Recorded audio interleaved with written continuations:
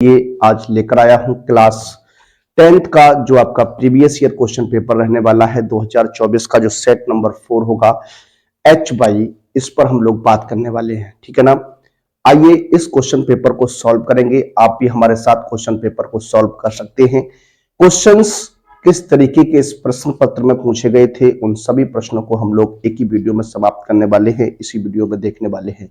एक बार आप सभी विद्यार्थी अपने स्टैंडर्ड पर वीडियो को शेयर कर दीजिए, और जो विद्यार्थी चैनल पर फर्स्ट टाइम विजिट कर रहे हैं वो चैनल को सब्सक्राइब कर लीजिए, बेल आइकन को ऑल पर प्रेस कर लीजिए, जिससे आने वाली वीडियो का नोटिफिकेशन आपको सबसे पहले मिल सके। तो आइए बात करेंगे आज के अपने प्रश्नों पर। आज का जो हमारा प्रश्न पत्र है, इंपोर्टेंट क्वेश्चंस इसमें से निकल कर आएंगे आपके लिए। कुछ इंपोर्टेंट क्वेश्चंस जो आपके 2025 में बन सकते हैं, उन पर भी हम लोग बात करेंगे। बताते चलेंगे कि कौन सा प्रश्न इस प्रश्न पत्र से आपका पूछा जा सकता है 2025 की परीक्षा में। तो आइए शुरू करते हैं आज के अपने प्रश्न पत्र को और देखते हैं। पहले हम देखने वाले हैं 20 जो OMR बेस्ड क्वेश्चंस रहने वाले हैं, सेक्शंस, उन पर हम लोग बात करेंगे। पहले देखिए, अगर आपको परीक्षा अपने मैथ पेपर में अच्छे से अच्छे नंबर लाने हैं तो आपको 20 नंबर का जो सेक्शन आपका बनता है, उस 20 नंबर के सेक्शन को अच्छी प्रकार से आपको सॉल्व करना है। अगर यहां से आप 17 से 18 क्वेश्चन सॉल्व कर लेते हैं, आप समझ लीजिए आप 60-65 प्लस का स्कोर कर सकते हैं। ठीक है ना। तो सबसे पहले अगर हम बात करेंगे तो आज हम OMR बेस्ड क्वेश्चंस के ऊपर बात करने वाले हैं। देखिए, इसमें जो पहला प्रश्न रहेगा आपको देखने को मिलेगा, क्वेश्चन क्या है जरा देखिए। बहुपद 3x² + 5x + 2 के शून्यकों का योगफल क्या रहने वाला है, किस तरीके से इसे आप लगाएंगे, किस तरीके से इसे सॉल्व कर सकते हैं, आइए बात करते हैं। क्वेश्चन जो आपका रहने वाला है, क्वेश्चन नंबर फर्स्ट, इसकी हम बात करने वाले हैं। क्या है, एक आपको शून्य बहुपद दिया गया है 3x² + 5x + 2। ये हमारा क्या है, एक बहुपद है। इस बहुपद के शून्यकों का योगफल आपसे जानने का प्रयास कर रहा है कि इस बहुपद के शून्यकों का योगफल क्या होगा। देखिए बेटा, अगर आप जानते हैं तो शून्यकों का जो योगफल होता है, शून्यकों का योगफल, ये आप जानते हैं क्या होता है, -x का गुणांक बटे x² का गुणांक। ये क्या होता है, सूत्र होता है। जब भी आपको द्विघात बहुपद दिया जाता है तो वहां से हम शून्यकों का योगफल और शून्यकों का गुणनफल फाइंड आउट कर लेते हैं। किस तरीके से करते हैं ये आप देख लीजिए। यहां से अगर बात करें तो -x का गुणांक, x के गुणांक की बात करेंगे तो x का गुणांक बेटा 5 हो जाएगा, तो ये हो जाएगा -5 बटे x² का गुणांक कितना रहेगा, 3 रहने वाला है। तो 5 बटे 3 जो होगा वो इस प्रश्न का क्या हो जाएगा, आंसर हो जाएगा। तो ऑप्शन नंबर सेकंड जो रहने वाला है प्यारे बच्चों, जो ऑप्शन नंबर सेकंड होगा वो हमारा क्या हो जाएगा, सही हो जाएगा। ऑप्शन नंबर जो सेकंड रहेगा या ऑप्शन नंबर बी कहें, ये हमारा क्या हो जाएगा, सही हो जाएगा। अगला जो प्रश्न आपका है, क्या है, किस तरीके से आप लगाएंगे, कहता है समीकरणों 2x + a/y = 1 तथा 3x - 5y = 7 का कोई भी हल नहीं होगा यदि a का मान होगा। देखिए, यहाँ पर दो इक्वेशन आपके सामने दी गई हैं, दो लीनियर इक्वेशंस रहने वाली हैं आपकी। क्या है, देखिए क्वेश्चन को देख लीजिए। 2x + ay, क्या 2x + ay = 1 है, और दूसरी जो इक्वेशन है प्यारे बच्चों वो 3x - 5y, क्या 3x - 5y = कितनी है, 7 है। कितनी है, 7 है। तो आपको बता, और कहा गया है का कोई भी हल नहीं है। अगर कोई हल नहीं है तो हमें a का मान बताना है। देखिए, अगर हम बात करते हैं इसके संबंध की, तो इसका जो संबंध होता है प्यारे बच्चों वो क्या होता है, जब कोई हल ना हो तो इसके लिए आप जानते हैं जब कोई हल नहीं होता है तो a1 बटे a2 बराबर क्या होता है, b1 बटे b2 is not equal to क्या होता है, c1 बटे c2 होता है। ये हमारा कोई भी हल नहीं होता है तब के लिए संबंध होता है। तो यहाँ पर आपको क्या करना है, मान रख देना है। देखिए, अगर हम मान रखेंगे तो a1 का मान हो जाएगा 2, a2 का मान हो जाएगा 3, बराबर हो जाएगा a बटे माइनस का कितना 5। इसको हम नहीं लेंगे, यहीं से सॉल्व करेंगे तो हो जाएगा 3a = -10 हो जाएगा। a का मान निकल के आएगा -10/3। ये हमारा आंसर बनने वाला है। तो किस ऑप्शन में ये आंसर रहेगा प्यारे बच्चों, देख लीजिए। तो सी ऑप्शन जो है वो आपका राइट हो जाएगा। क्या, ऑप्शन नंबर सी जो होगा प्यारे बच्चों वो आपका राइट आंसर होगा इस प्रश्न के लिए। ठीक है ना। आइए अगले प्रश्न की ओर चलते हैं और अगले प्रश्न पर बात करते हैं। अगला जो प्रश्न हमारा रहेगा प्रश्न नंबर 3 कहता है समीकरण 2x स्क्वायर प्लस के 5x प्लस का 4 इज इक्वल टू 0 के मूलों की प्रकृति होगी। देखिए इस टाइप का क्वेश्चन भी आपका दिया जाता है, इस टाइप का क्वेश्चन भी आपका पूछा जाता है। क्वेश्चन नंबर 3 जो है वो क्या है, 2x स्क्वायर प्लस 5x क्या 2x square plus 5x plus 4 equal to 0 है। यहां से आपको पता करना है कि इसके मूलों की जो प्रकृति रहेगी, मूलों का जो नेचर रहने वाला है वो किस प्रकार का होगा। तो मूलों के नेचर की अगर हम बात करते हैं, मूलों की प्रकृति की बात करते हैं, तो आप जानते हैं सबसे पहले हमें विभक्तर निकालना होता है बी स्क्वायर माइनस 4ac से हम क्या करते हैं, इसका डी का मान विभक्तर ज्ञात करते हैं, विभक्तर फाइंड आउट करते हैं, ठीक है ना। डिस्क्रिमिनेंट बोलते हैं जिसको बी का मान अगर देखेंगे तो प्यारे बच्चों a x square plus b x plus c बराबर 0 क्या होती है, हमारी स्टैंडर्ड फॉर्म होती है। तो यहाँ से बी का मान क्या हो जाएगा 5 हो जाएगा, तो 5 का वर्ग माइनस का 4 मल्टीप्लाई 8 2 हो जाएगा मल्टीप्लाई 4, ये हो जाएगा 5 25, 4 चौक 16 दूनी 32 होता है। देखिए हाँ घटाएंगे तो ये आपका माइनस का कितना बच जाएगा 7 बच जाएगा। देखिए जब डी का मान 0 से लेस देन आता है, 0 से लेस देन आता है तो आप जानते हैं मूलों की जो प्रकृति होती है प्यारे बच्चों, मूल जो होते हैं वो काल्पनिक होते हैं। क्या होते हैं, काल्पनिक होते हैं, यूं कहें वास्तविक नहीं है। क्या मूल जो होते हैं वो काल्पनिक होते हैं, या फिर हम कह सकते हैं वास्तविक नहीं है। क्या वास्तविक नहीं है। तो यहाँ पर आपकी दो कंडीशंस बनती हैं। देखिए मूल काल्पनिक है या कह सकते हैं वास्तविक नहीं है, ठीक है। तो ये कंडीशन रहने वाली है। तो कौन सा ऑप्शन हो जाएगा, ऑप्शन नंबर डी जो होगा प्यारे बच्चों इस प्रश्न का क्या हो जाएगा, राइट आंसर हो जाएगा। ऑप्शन नंबर डी जो होगा वो इस प्रश्न का क्या हो जाएगा, राइट आंसर हो जाएगा। तो देखिए इस तरीके से हम क्या करते हैं, प्रश्नों की बात करते हैं, इस तरीके से हम प्रश्नों को लगाते हैं। आइए आगे के प्रश्नों की ओर चलते हैं और अगले प्रश्न पर बात करेंगे। देखिए आप लोग हमारे साथ इसी प्रकार से बने रहिएगा, अपने मित्रों को हमारे साथ इसी तरीके से जोड़ते रहिएगा, ठीक है ना। तैयारी आपको इस तरीके की कराने वाला हूं, एग्जाम में आने वाले प्रश्न ही आपको सॉल्व कराने वाला हूं। ये तो आपका एक जो प्रीवियस ईयर क्वेश्चन पेपर हुआ था उसका सॉल्व है ये आपका। तो आपको पता चल जाएगा कि किस तरीके के क्वेश्चन जो है वो एग्जाम्स में पूछे जाते हैं। तो इस तरीके से हम लोग यहाँ पर बात कर रहे हैं और आपको प्रतिदिन एक दिन छोड़कर अल्टरनेट आपको चैप्टर वाइज जो है क्वेश्चंस मिल रहे हैं। आप उन क्वेश्चंस को तैयार करते रहिए, उम्मीद करता हूं आप उन क्वेश्चंस को तैयार करेंगे, लिखेंगे और उसके बाद आप अपने को उस तरीके से लेकर जाएंगे। और हम वादा करते हैं आपसे 70 में से 70 अगर आप बने रहे हमारे साथ तो 70 में से 70 आप निश्चित ही स्कोर करने वाले हैं, ये मैं दावे के साथ कह सकता हूं।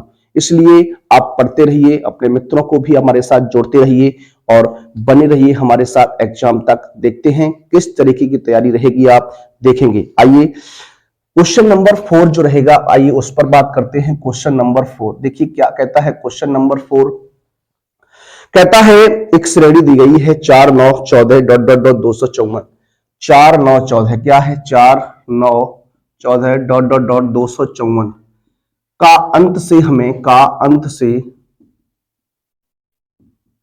10वां पद चाहिए, ठीक है। ध्यान रखिएगा पीछे से हमें 10वां पद जो है वो फाइंड आउट करना है प्यारे बच्चों। तो देखिए किस तरीके से बात करने वाले हैं। तो यहाँ जो ए का मान हो जाएगा प्यारे बच्चों वो 4 हो जाएगा। डी की बात करेंगे तो 9 - 4 इक्वल टू कितना हो जाएगा 5 हो जाएगा। और अंतिम पद की बात करते हैं, एल बराबर आपको 254 दिया गया है और कह रहा कि अंत से हमें चाहिए क्या 10वां पद। देखिए अगर बात करते हैं अंत से, क्या अंत से जो आरवा पद होता है प्यारे बच्चों उसका फॉर्मूला होता है L - R - 1 इंटू डी होता है। अंत से जब आपको पीछे से कोई पद निकालना है तो उसके लिए फॉर्मूला इस तरीके से हम याद रख सकते हैं, L - R - 1 इंटू डी होता है। L का मान आपका हो जाएगा 254 हो जाएगा प्यारे बच्चों, माइनस R का मान 10 हो जाएगा, -1 इंटू डी का मान कितना हो जाएगा 5। ये हो जाएगा 254 हो जाएगा, माइनस का ये 10 9 बचेगा, 9 पना 45 हो जाएगा। घटा देंगे यहाँ से, देखिए 14 में से 9 5 घटाएंगे तो 9 बच जाएगा, 4 में से 4 0 और ये 209 हो जाएगा। क्या हो जाएगा 209 जो आएगा वो इस प्रश्न का क्या रहने वाला है, आंसर रहने वाला है। 209 जो होगा वो इस प्रश्न का क्या हो जाएगा, आंसर हो जाएगा। ऑप्शन नंबर जो सी रहेगा प्यारे बच्चों वो आपका राइट रहने वाला है। ऑप्शन नंबर सी क्या हो जाएगा, राइट आंसर हो जाएगा, ठीक है ना। आइए अगले प्रश्न की ओर चलते हैं और लेते हैं अपना अगला प्रश्न, प्रश्न नंबर 5। देखिए ये जो प्रश्न नंबर 5 रहेगा ये आपका ट्रायंगल से संबंधित क्वेश्चन है। क्या ट्रायंगल से संबंधित क्वेश्चन है। ट्रायंगल का क्वेश्चन आपको एक OMR बेस्ड क्वेश्चन में जरूर देखने को मिलेगा, ठीक है ना। आइए बात करेंगे, कहता है चित्र में समरूप त्रिभुजों का एक युग्म है। दो चित्र आपके सामने हैं, उन दोनों चित्रों में दोनों समरूप त्रिभुज हैं, उनका एक युग्म दिया गया है, उनका एक जोड़ा दिया गया है। इन्हें सांकेतिक रूप में व्यक्त करने का सही रूप क्या होगा? आपको सांकेतिक रूप में इन्हें बनाने का सही रूप जानना चाहता है। देखिए सभी के सभी ऑप्शन जो रहने वाले हैं वो आपके एबीसी से संबंधित हैं। क्या एबीसी से संबंधित रहेंगे? तो किस तरीके से आप बात करने वाले, जरा देखिए, ए बी सी इस तरीके से आपका ये बना हुआ है, उसी तरीके से आपको बना लेना है। ये आपका 2.5 सेंटीमीटर रहेगा, ठीक है ना, ये आपका 3 सेंटीमीटर रहने वाला है। उसके बाद अगर बात करते हैं, ये डी हो जाएगा, ये आपका 80 डिग्री रहेगा, ठीक है। ये आपका 5 सेंटीमीटर है और ये आपकी भुजा कितनी है? 6 सेंटीमीटर है। ये आपका हो जाएगा क्या? ई, और ये हो जाएगा एफ। अब देखिए इन्हें हमें बताना है ये किस तरीके से समरूप रहने वाले हैं। तो यहाँ पर हम बात कर सकते हैं, जो कोण बी रहेगा प्यारे बच्चों, वो कोण डी के इक्वल रहने वाला है। कितना है? 80 अंश रहेगा, ठीक है। उसके बाद हम बात करते हैं भुजाओं में संबंध की बात करेंगे। तो प्यारे बच्चों यहाँ हो जाएगा क्या? ए बी बटे में हम लिख सकते हैं क्या? डीई। क्या डीई लिख सकते हैं? तो ये हो जाएगा कितना? 2.5 बटे 6, 2.5 बटे 5 दशमलव, तो ये आपका 1/2 बन जाएगा। उसी प्रकार से हम कह सकते हैं क्या? बीसी बटे क्या हो जाएगा? बीसी बटे क्या हो जाएगा? डीई हो जाएगा। बीसी बटे क्या हो जाएगा? डीई हो जाएगा। ये आपका कितना हो जाएगा? 3/6। ये भी कितना रहेगा? 1/2 रहेगा। तो एक एंगल आपका बराबर है, दो भुजाओं का जो है संगत अनुपात रहेगा। तो समरूपता इस तरीके से आप चेक करने वाले। तो यहाँ पर हम लिख सकते हैं क्या? जो त्रिभुज आपका एबीसी है, क्या जो त्रिभुज आपका एबीसी है वो किसके समरूप रहने वाला है? किसके समरूप हो जाएगा, ये आपको यहाँ बताना है। तो देखिए अगर हम बात करते हैं त्रिभुज एबीसी की, देखिए तो यहाँ पर त्रिभुज ए बी सी, तो यहाँ ए बी सी की बात कर रहे हैं, तो एंगल बी किसके बराबर है? डी के बराबर है। किसके बराबर है? डी के बराबर है। और ए बी जो भुजा है, ए बी जो भुजा है वो संगत किसके है? वो आपकी ईडी के संगत है। किसके? ईडी के संगत हो जाएगी। तो हम इसको कह सकते हैं क्या? एंगल जो बनेगा, वो त्रिभुज जो बनेगा वो ई डी एफ जो होगा वो समरूप होने वाला है। क्या रहने वाला है? समरूप रहेगा। क्योंकि हाँ ए बी सी, देखिए ए बी सी जो है उसके साथ हमें बताना है। तो देखिए एंगल बी का जो है वो डी के बराबर है, तो बी जो होगा वो डी के बराबर हो जाएगा। बी जो है डी के बराबर हो जाएगा। ए बी जो संगत भुजा बन रही है वो ईडी के बन रही है। किसके बन रही है? ईडी के बन रही है। तो ए के साथ कौन आएगा? ई आएगा, और सी के साथ कौन आ जाएगा? एफ आ जाएगा। तो इस तरीके से बनने वाला है। ऑप्शन नंबर सी जो होगा वो हमारे क्या हो जाएगा? राइट आंसर हो जाएगा। ऑप्शन नंबर सी इस प्रश्न का राइट आंसर बन जाएगा। आइए बात करते हैं आगे के प्रश्नों पर और लेते हैं अपना अगला प्रश्न।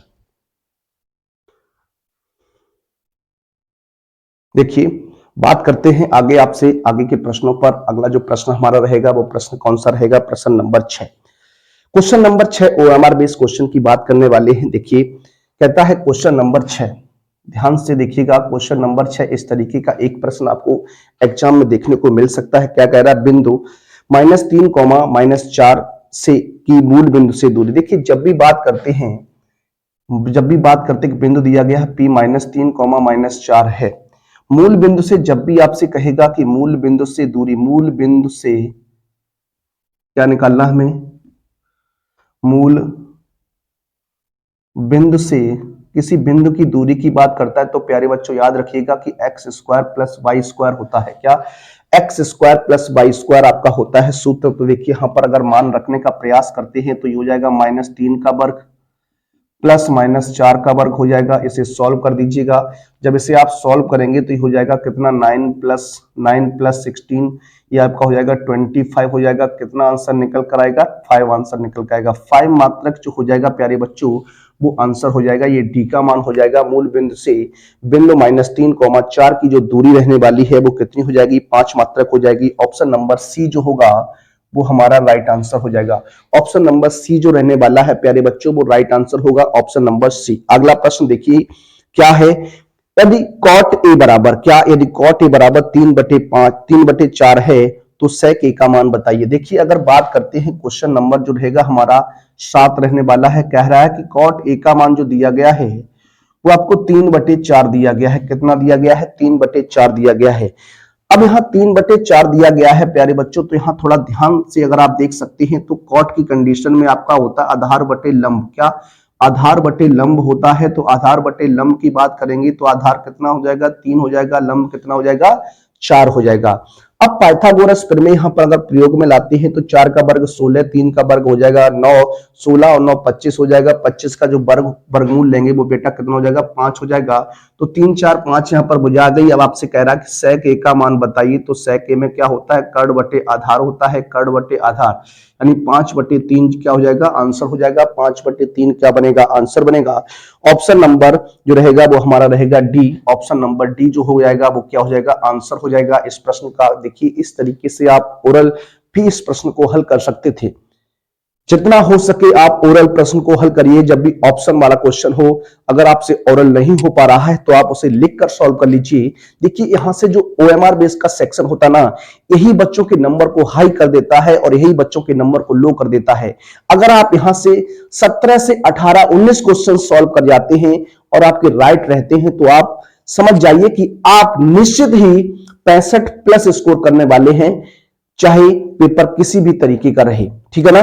तो आइए बात करते हैं अगले प्रश्न पर। अगला जो प्रश्न रहेगा प्रश्न नंबर 8। क्वेश्चन नंबर 8 की बात करने वाले हैं।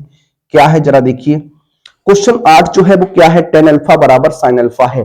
tan अल्फा बराबर क्या दिया गया है, sin अल्फा दिया गया है। तो आपसे क्या कहा कि अल्फा का मान होगा। बेटा यहां क्या करेंगे, इसके साइन को हम sin बटे कॉस में कन्वर्ट कर देते हैं।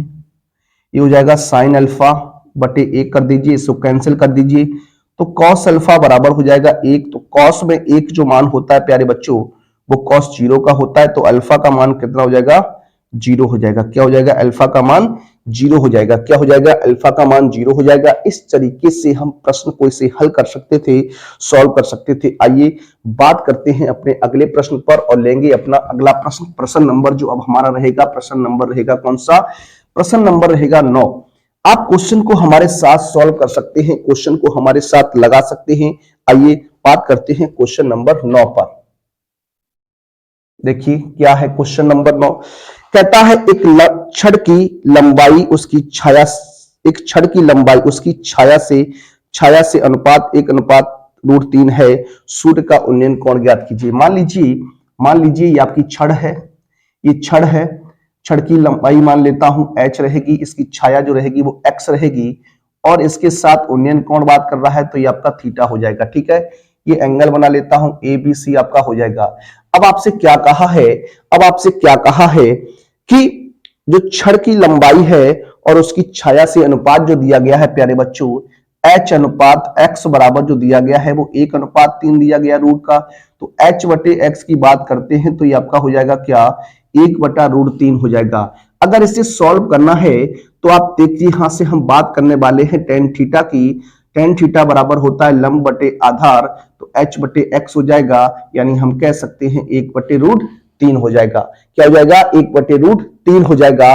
अब यहाँ 1/√3 अगर हो चुका है तो आप क्या कर सकते हैं, आप यहाँ बता सकते हैं क्या, यहां पर आप बता सकते हैं क्या, tan में 1/√3 जो मान होता है प्यारे बच्चों वो किसका होता है, ये जो मान होता है वो आपका tan 30 का होता है। किसका होता है, tan 30 का होता है। tan से tan कैंसिल हो जाएगा, थीटा का जो मान बनेगा वो कितना हो जाएगा 30 अंश हो जाएगा। 30 अंश हो जाएगा, कितना हो जाएगा 30 अंश हो जाएगा।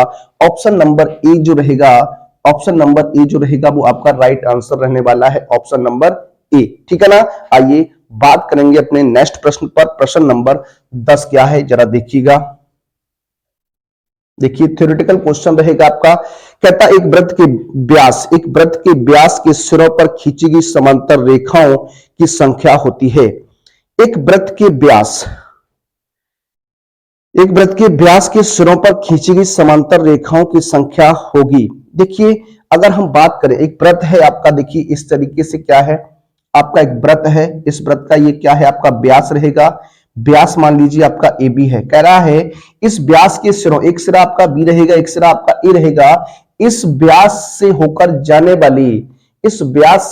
जाने वाली कितनी स्पर्श रेखाएं, समांतर स्पर्श रेखाएं खींच सकते हैं। तो प्यारे बच्चों इसका जो आंसर बनेगा वो आंसर आपका कितना हो जाएगा 2 हो जाएगा। इसका जो आंसर रहेगा सिर्फ और सिर्फ 2 रहेगा। किस ऑप्शन में रहेगा, सी ऑप्शन में रहने वाला है, दो जो होगा सिर्फ दो रेखाएं खींच सकते हैं। क्या दो रेखाएं खींच सकते हैं, दो समांतर रेखाएं आपकी बन सकती हैं। आइए बात करते हैं अपने आगे के प्रश्नों पर। अगला जो प्रश्न हमारा रहेगा प्रश्न नंबर 11। आइए बात करते हैं।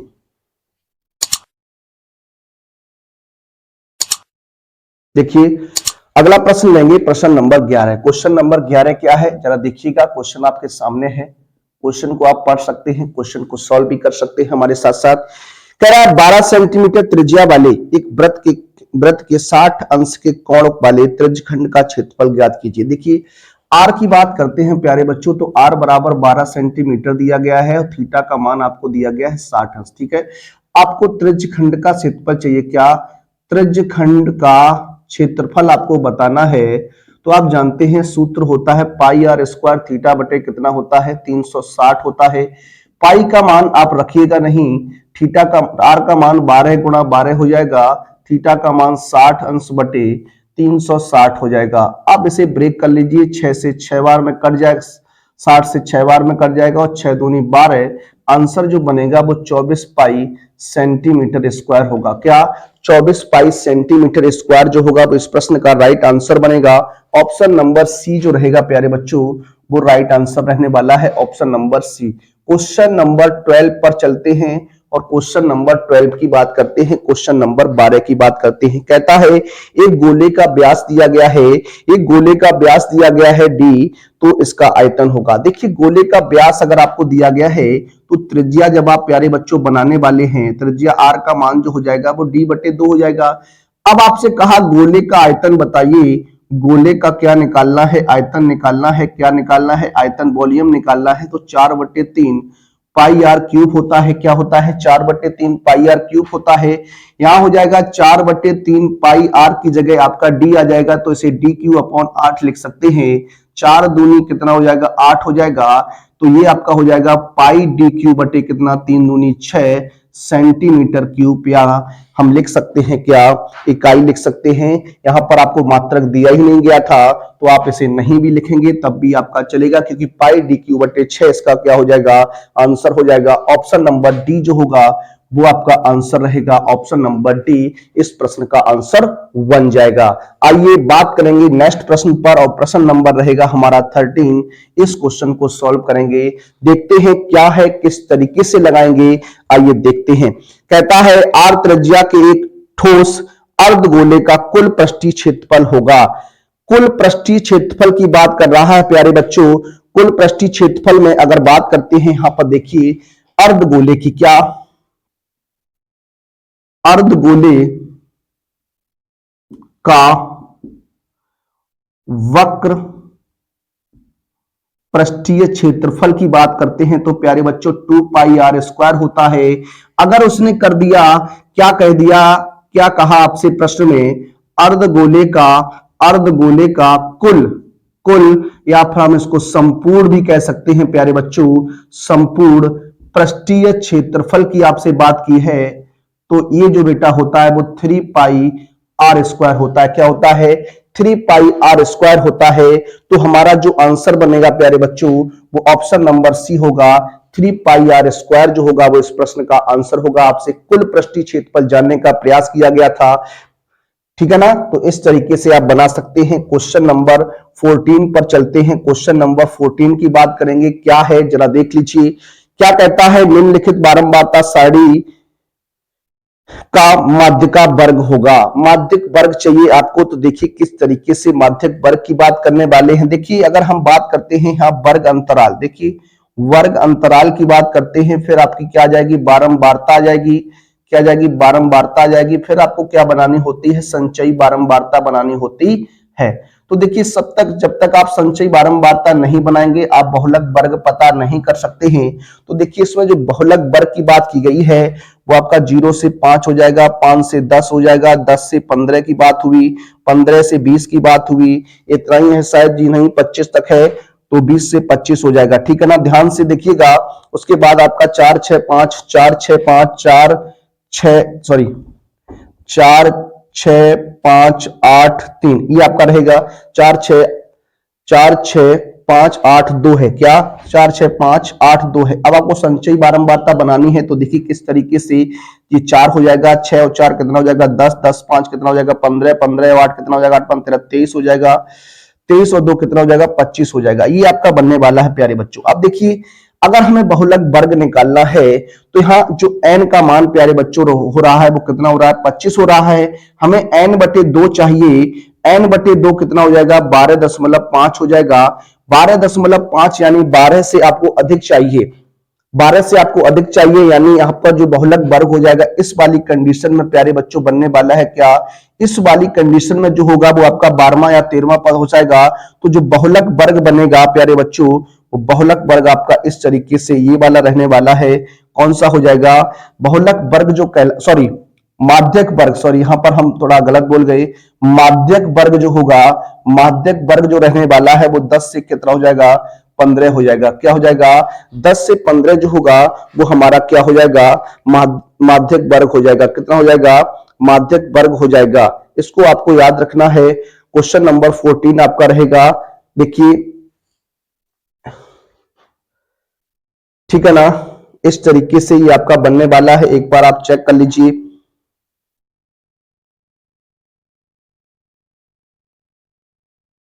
पांच से 0 से 5, 5 से 10, 10 से 15, 15 से 20, 20 से 25 और देखिए 15 से 20 है, 10 से 15 है, 15 से 20 भी है और 20 से 25 भी है।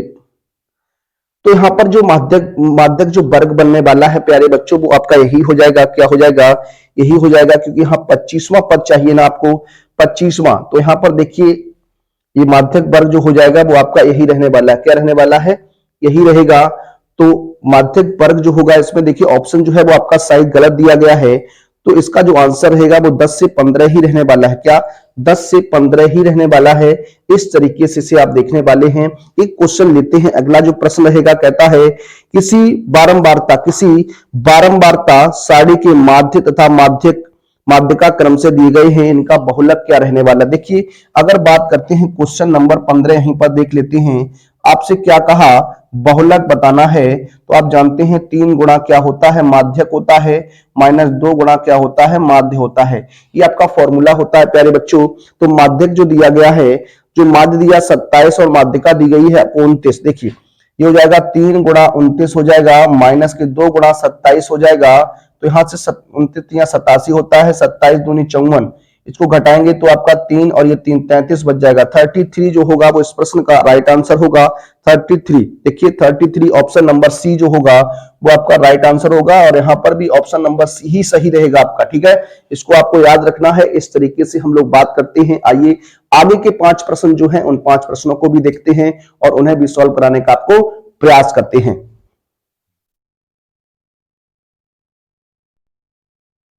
देखिए बात करेंगे अपने अगले प्रश्न पर। अगला जो प्रश्न रहेगा हमारा प्रश्न नंबर 16 क्या है, कहता है निम्नलिखित बारंबारता सारणी का माध्य क्या होगा।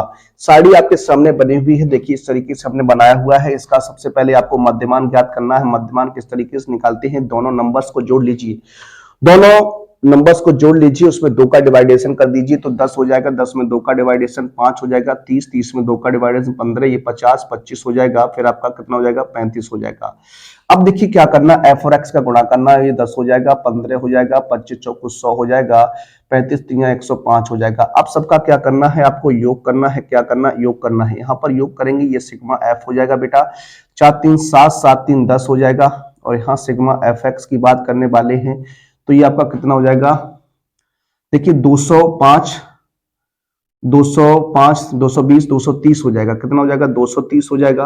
अब आपको यहां निकालना है समांतर माध्य निकालना है। क्या समांतर माध्य निकालना है, तो समांतर माध्य बराबर आप जानते हैं सिग्मा एफ एक्स बटे क्या होता है सिग्मा एफ होता है। तो ये आपका हो जाएगा 230 बटे कितना 10, यानी आंसर जो बनेगा वो 23 बनेगा। कितना बनेगा 23 जो होगा वो इस प्रश्न का आंसर हो जाएगा। ऑप्शन नंबर बी जो रहेगा वो आपका राइट आंसर रहेगा। ऑप्शन नंबर बी क्या होगा, राइट आंसर रहेगा। क्वेश्चन नंबर 17 की ओर चलेंगे। क्या कहता है जरा देखिए, देखिए कहता है एक अधिवर्ष में 53 रविवार होने की प्रायिकता होगी। अधिवर्ष है, अधिवर्ष आप जानते हैं जो अधिवर्ष होता है हमारा, अधिवर्ष को ही हम लोग क्या कहते हैं, लीप वर्ष कहते हैं। क्या कहते हैं, लीप वर्ष कहते हैं। तो यहां पर जो दिन होते हैं प्यारे बच्चों वो 366 होते हैं। कुल सप्ताह की बात करते हैं, कुल सप्ताह, तो कुल सप्ताह यहां पर कितने होते, 52 होते हैं। और बात करें अतिरिक्त दिन की, तो जो अतिरिक्त दिन होते हैं प्यारे बच्चों, वो अतिरिक्त दिनों की संख्या कितनी होती है, 2 होती है। कितनी होती है, 2 होती है। देखिए प्रत्येक दिन जो होता है वो आपका 52 बार आता है। कितने बार आता है, 52 बार आता है। और आपसे जानने का प्रयास कर रहा है कि 53 रविवार होने की प्रायिकता बताइए। क्या, सॉरी 53 सोमवार, 53 सोमवार होने की प्रायिकता आपसे पूछ रहा है। तो देखिए 53 सोमवार की अगर बात करते हैं तो 7 दिन में 2 कंडीशन बनेगी आपकी जब सोमवार आ सकता है। देखिए जो 2 दिन हैं वो रविवार और सोमवार भी हो सकते हैं, रविवार और सोमवार भी हो सकते हैं, सोमवार और मंगलवार भी हो सकते हैं। तो 2 ऐसी कंडीशन हैं जिसमें आप फंस सकते हैं। तो जो प्रायिकता रहेगी बेटा, जो प्रायिकता रहेगी, जो प्रायिकता आपकी बनने वाली है वो आपकी क्या हो जाएगी, 2/7 हो जाएगी। कितनी हो जाएगी, 2/7 हो जाएगी। 53 सोमवार होने की जो प्रायिकता रहेगी वो 2/7 रहेगी। ऑप्शन नंबर सी जो होगा वो राइट आंसर हो जाएगा, ऑप्शन नंबर सी। अगले प्रश्न को देखते हैं, क्वेश्चन नंबर 18 क्या है, जरा देखिएगा क्या कहता है। 2 मित्रों का जन्म 2020 में हुआ था। 2 मित्र हैं, उन दोनों मित्रों का जन्म जो है वो 2020 में हुआ था। प्रायिकता ज्ञात कीजिए कि दोनों का जन्मदिन एक ही दिन एक ही हो।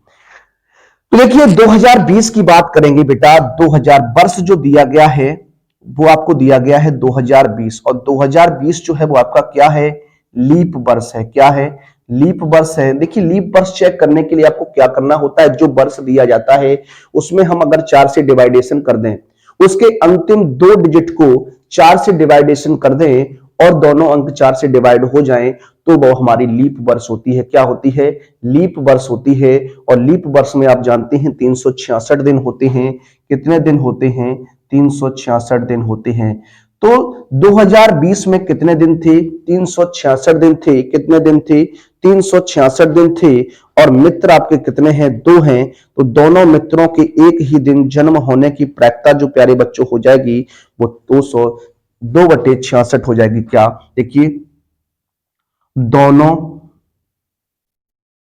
मित्रों का जन्म एक ही दिन होने की प्रायिकता निकालनी है, आपको प्रोबेबिलिटी बतानी है। तो बेटा हो जाएगा 2/366। ऑप्शन नंबर डी जो होगा वो आपका राइट आंसर हो जाएगा। ऑप्शन नंबर डी क्या हो जाएगा, राइट आंसर हो जाएगा। 19वें प्रश्न की बात करेंगे। 19वां जो प्रश्न रहेगा क्या रहेगा, जरा देख लीजिए। क्वेश्चन कहता है 2 बिंदुओं इतने इतने के बीच की दूरी बताइए। 2,3 2 बिंदु दिए गए हैं, पी दिया गया है 2,3 और एक बिंदु क्यू दिया गया है। ये आपको दिया गया है 4,1 दिया गया है। इनके बीच की दूरी बतानी है तो पी क्यू निकालना पड़ेगा आपको। क्या होता है फॉर्मूला देख लीजिए, x2 माइनस x1 का whole square plus y2 minus y1 का होल स्क्वायर होता है। यहां रख देंगे, इसको सॉल्व करेंगे। देखिए हो जाएगा 4 माइनस का 2 का होल स्क्वायर और यहां हो जाएगा 1 माइनस 3 का होल स्क्वायर। जब इसे आप सॉल्व करेंगे देखिए हो जाएगा 2 बचेगा, यहाँ 2 का वर्ग 4 होता है, यहाँ 2 बचेगा, माइनस का 2 उसका वर्ग करेंगे फिर भी 4 हो जाएगा, ये √8 हो जाएगा, या हम 2√2 कह सकते हैं। क्या, 2√2 कह सकते हैं। तो कौन सा आंसर रहेगा, 2√2 यानी सी ऑप्शन रहने वाला है। क्या, सी ऑप्शन हो जाएगा। क्या हो जाएगा, सी ऑप्शन हो जाएगा। आइए बात करते हैं अपने अंतिम प्रश्न पर और लेते हैं अपना 20वां प्रश्न। क्या है, जरा देखिए क्वेश्चन नंबर 20 कहता है निम्नलिखित में अपरमेय संख्या होगी। देखिए अपरमेय संख्याएं वे होती हैं जिनका पूर्ण स्क्वायर रूट नहीं होता है, वो हमारी सभी क्या होती हैं, अपरमेय संख्याएं होती हैं, इनरेशनल नंबर होती हैं। देखिए बात करते हैं, पहला लिया गया है √25 है। √25 के स्क्वायर की बात करेंगे, स्क्वायर रूट की बात करेंगे तो 5 मिल जाएगा, जो कि आपका क्या हो जाएगा, परमेय संख्या हो जाएगा। दूसरी कंडीशन में √81 लिखा हुआ है, 81 जो होता है वो 9 का स्क्वायर होता है। √81 का जो स्क्वायर रूट होगा वो 9 हो जाएगा, ये भी नहीं आपका होगा। 5/3 आप जानते हैं जो अंश बटे हर में होती हैं, जो PYQ के रूप में होती हैं, वो आपकी क्या होती है, सभी परमेय संख्याएं होती हैं, रेशनल नंबर होती हैं। तो एक ऑप्शन बचता है, option number D. Option number D क्या है, 5 + √2, ये हमारी क्या है, अपरमेय संख्या है। क्या है, अपरिमेय संख्या है। तो इस तरीके से जो 20 OMR बेस्ड क्वेश्चंस थे उन पर हमने बात की। आइए अब हम लोग बात करने वाले हैं अपने अगले सेक्शन पर, जो हमारा रहने वाला है वर्णनात्मक प्रश्न खंड बा। उसको हम लोग सॉल्व करेंगे, प्रत्येक क्वेश्चन को सॉल्व करते हैं। आइए बात करते हैं यहां पे आगे। देखिए बात करते हैं आगे आपसे अगले प्रश्न पर। अगला जो हमारा प्रश्न रहने वाला है प्रश्न नंबर 21। इसमें आपको कितने खंड दिए जाएंगे? 6 खंड आपको दिए जाएंगे।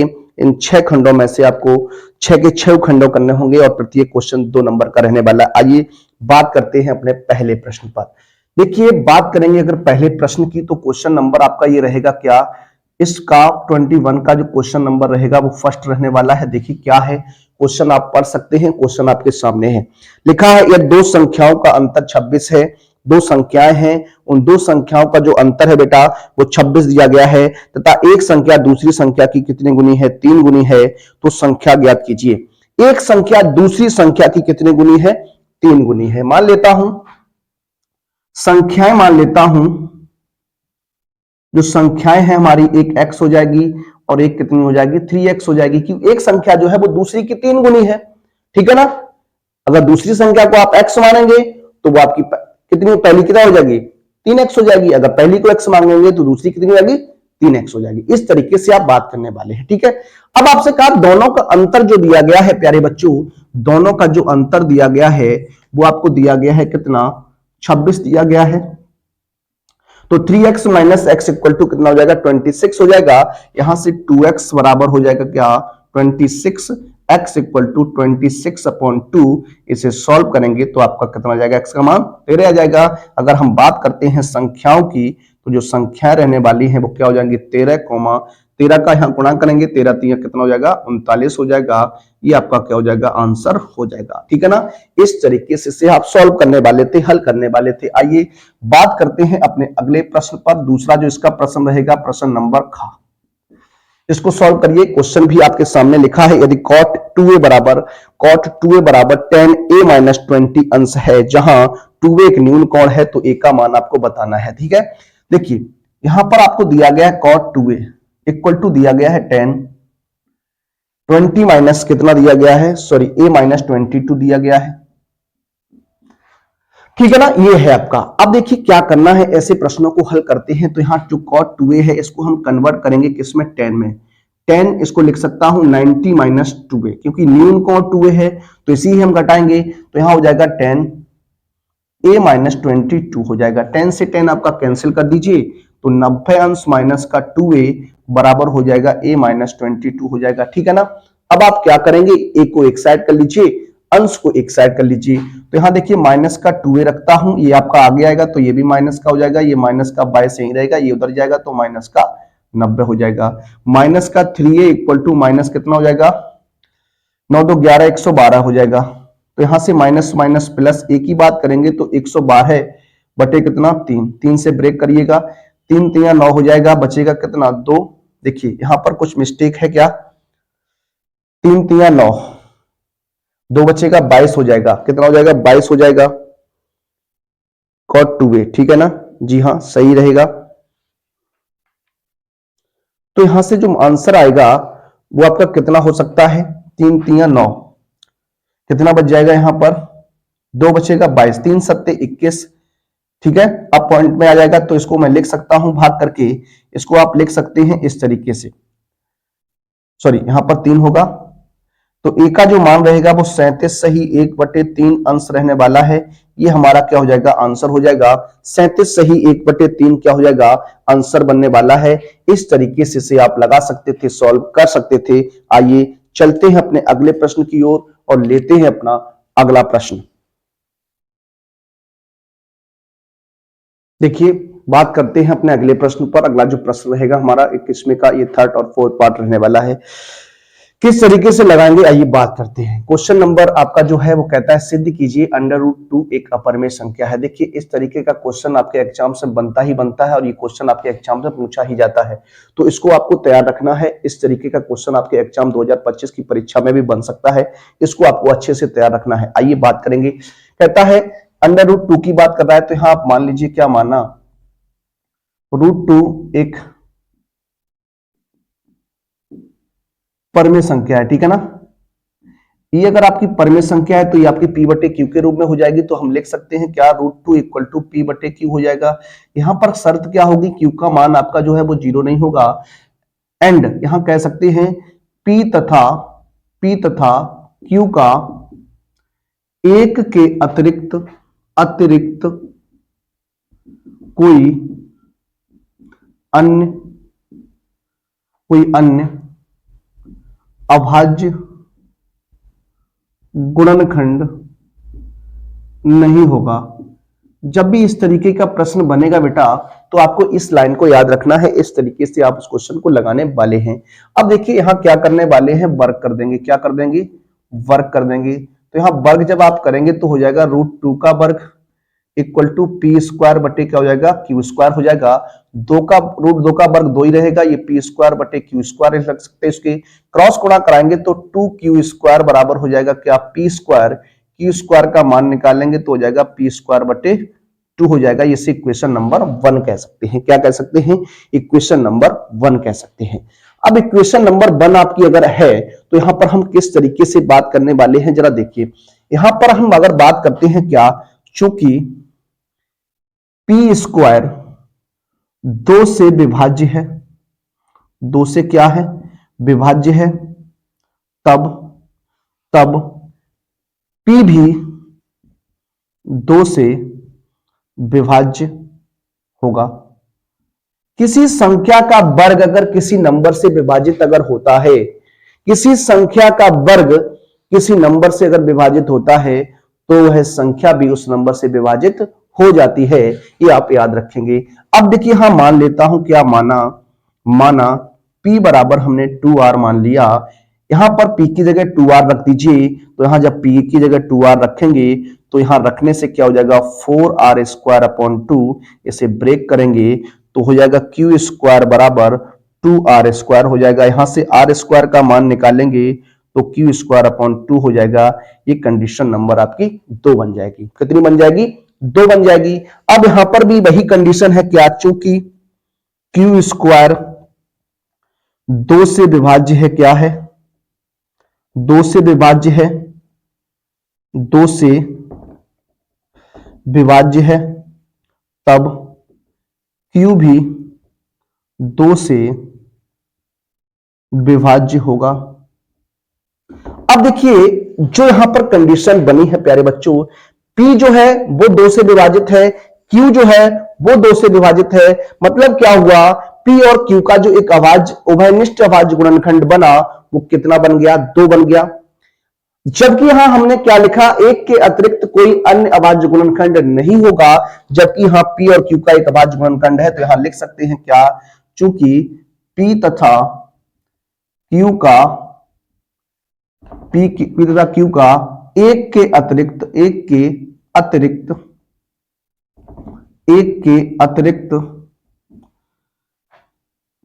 एक अभाज्य गुणनखंड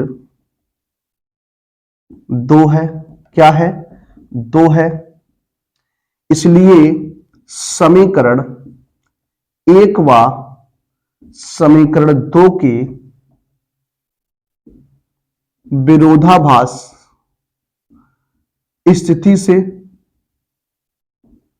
√2 एक अपरिमेय संख्या है। इस तरीके से आपको ऐसे प्रश्न को हल करना है। इस √2 की जगह आपका √5 भी बन सकता है, √7 भी बन सकता है, √3 भी बन सकता है। तो इस तरीके का अगर कोई भी प्रश्न आपके एग्जाम में बनता है तो आपको इसी मेथड के साथ उसे सॉल्व करना है। देखिए अच्छा प्रश्न है और इंपॉर्टेंट प्रश्न रहता है ये आपके एग्जाम के लिए, आपकी परीक्षा के पॉइंट ऑफ व्यू से। आइए अगले प्रश्न की ओर चलेंगे और अगला प्रश्न अपना लेने वाले हैं। इसका 4th पार्ट रहने वाला है। क्या है जरा देखिए, आपको बताना है निम्नलिखित सारणी जो आपके सामने बनी हुई है, इस सारणी की माध्यिका क्या होगी, इसकी हमें माध्यिका फाइंड आउट करनी है। तो आइए इस पर बात करते हैं। देखिए माध्यिका की जब भी आप निकालते हैं तो आपको सबसे पहले संचयी बारंबारता बनानी होती है। क्या बनानी होती है? संचयी बारंबारता बनानी होती है। तो संचयी बारंबारता की बात करते हैं तो ये जो 7 है इसको यहाँ पर आप लिख दीजिए। 7 और 8 को जोड़िएगा तो आपका हो जाएगा कितना? 15, 15 और 5 जोड़ेंगे 20 हो जाएगा।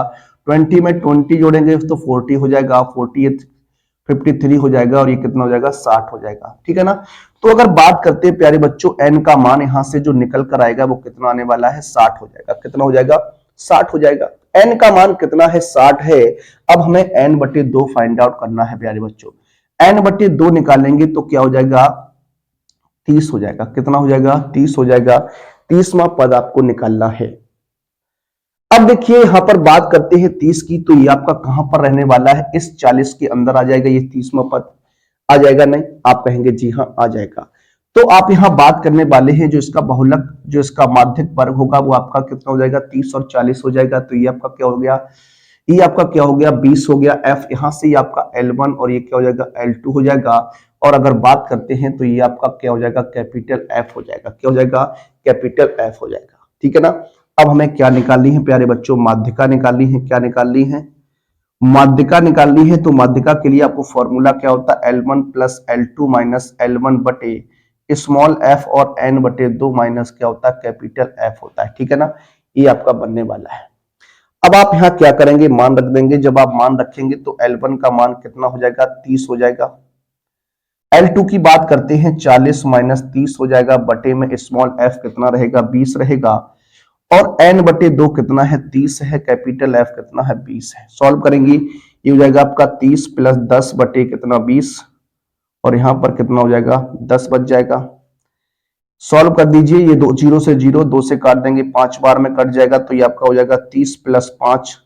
तो आंसर कितना बनने वाला है? 35 जो होगी वो क्या हो जाएगी? माध्यिका हो जाएगी। क्या हो जाएगी? 35 जो होगी वो इस प्रश्न की क्या होगी? माध्यिका बनेगी। तो इस तरीके से आप यहां पर बात करने वाले थे, इस तरीके से आप यहां पर सॉल्व करने वाले थे। तो आइए अब हम चलेंगे अपने अगले प्रश्न की ओर और लेंगे अपना अगला प्रश्न। देखिए बात करते हैं अगले प्रश्न पर। अगला जो प्रश्न रहेगा हमारा प्रश्न नंबर 6 नंबर रहने वाला है। आइए इस क्वेश्चन को लगाते हैं। कहता है द्विघात समीकरण आपके सामने है। एक द्विघात समीकरण 4x² क्या दिया गया है? 4x² प्लस का 9x प्लस का 5 इक्वल टू 0 है के मूल ज्ञात कीजिए। देखिए पहले हम क्या करेंगे? 4 का गुणा लास्ट नंबर से कराते हैं तो 20 हो जाएगा। 20 के ऐसे फैक्टर करने हैं कि जोड़ने पर 9 हो जाए तो आपका 4 पंचे 20 ही रहेगा। तो यहां पर हो जाएगा 4x² प्लस का 5x लिख सकता हूं, प्लस का 4x प्लस का कितना हो जाएगा? 5 इक्वल टू 0। यहां से देखिए 4 और 5 में से कॉमन की बात करेंगे तो कॉमन नहीं मिलेगा, तो x कॉमन लेंगे। यहां से हो जाएगा 4x प्लस कितना? 5। यहां से 1 कॉमन ले लीजिए तो 4x प्लस 5 हो जाएगा इक्वल टू में 0। तो यहां से x प्लस 1 एक ब्रैकेट में आ जाएगा, 4x प्लस 5 एक ब्रैकेट में आ जाएगा, बराबर में क्या हो जाएगा? 0 हो जाएगा। ठीक है ना। अब यहां से x प्लस 1 बराबर 0, तो x बराबर आपका -1 हो जाएगा। और 4x प्लस 5 इक्वल टू 0, यानी 4x बराबर -5, x बराबर -5 अपॉन कितना? 4 हो जाएगा। ये आपका क्या हो जाएगा? मूल हो जाएंगे।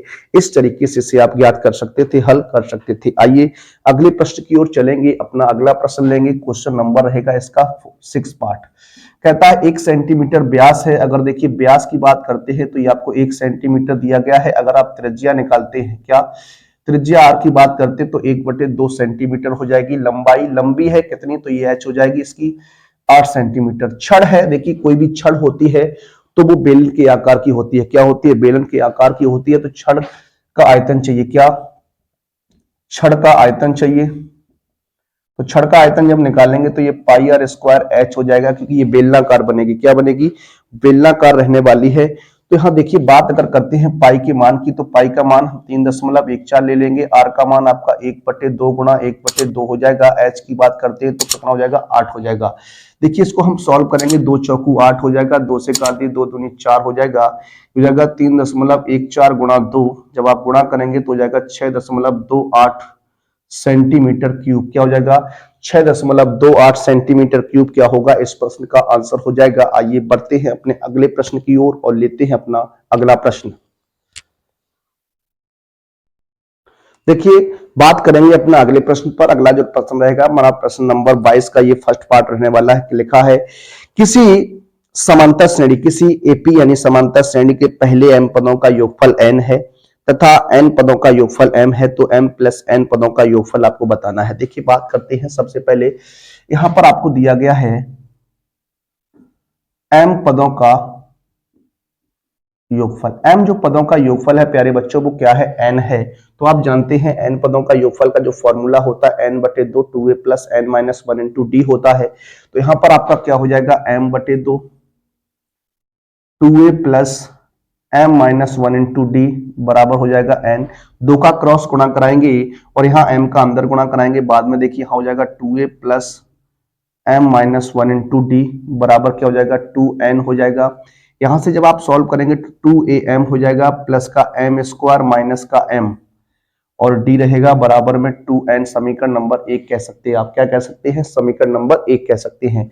अब आपसे कहा कि n पदों का योगफल दिया गया, n पदों का योगफल, ये आपको कितना दिया गया है, ये आपको दिया गया है कितना, ये आपको बताया गया है कितना है, n है। कितना है, n है, सॉरी m है। तो हो जाएगा n/2 2a plus n minus 1 into D बराबर क्या हो जाएगा, m हो जाएगा। क्रॉस गुणा करा दीजिए तो n 2a plus n minus 1 into D बराबर क्या हो जाएगा, 2m हो जाएगा। n का ब्रैकेट में गुणा कराएंगे तो 2an प्लस की n स्क्वायर माइनस का n हो जाएगा और d रहेगा बराबर में 2m। समीकरण नंबर क्या हो जाएगा, 2 हो जाएगा।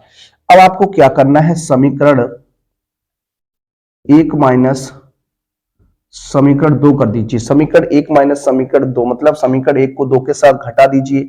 तो देखिए क्या कंडीशन बनने वाली है प्यारे बच्चों, लेफ्ट हैंड साइड को लेफ्ट हैंड साइड में से घटा दीजिए, राइट हैंड साइड को राइट हैंड साइड में से घटा दीजिए। तो यहां देखिए किस तरीके से आगे बात करेंगे। तो ये हो जाएगा 2am, क्या 2am plus m square minus m d और माइनस क्या हो जाएगा 2an और माइनस हो जाएगा n square minus n d और बराबर में क्या हो जाएगा बेटा, बराबर में जो हो जाएगा वो 2n माइनस के 2m हो जाएगा, 2n माइनस के 2m हो जाएगा। अब देखिए यहां से क्या करने वाले हैं, यहां से और यहां से आप क्या करेंगे, 2 कॉमन ले लेंगे। क्या 2a कॉमन ले लेंगे तो 2am माइनस n हो जाएगा।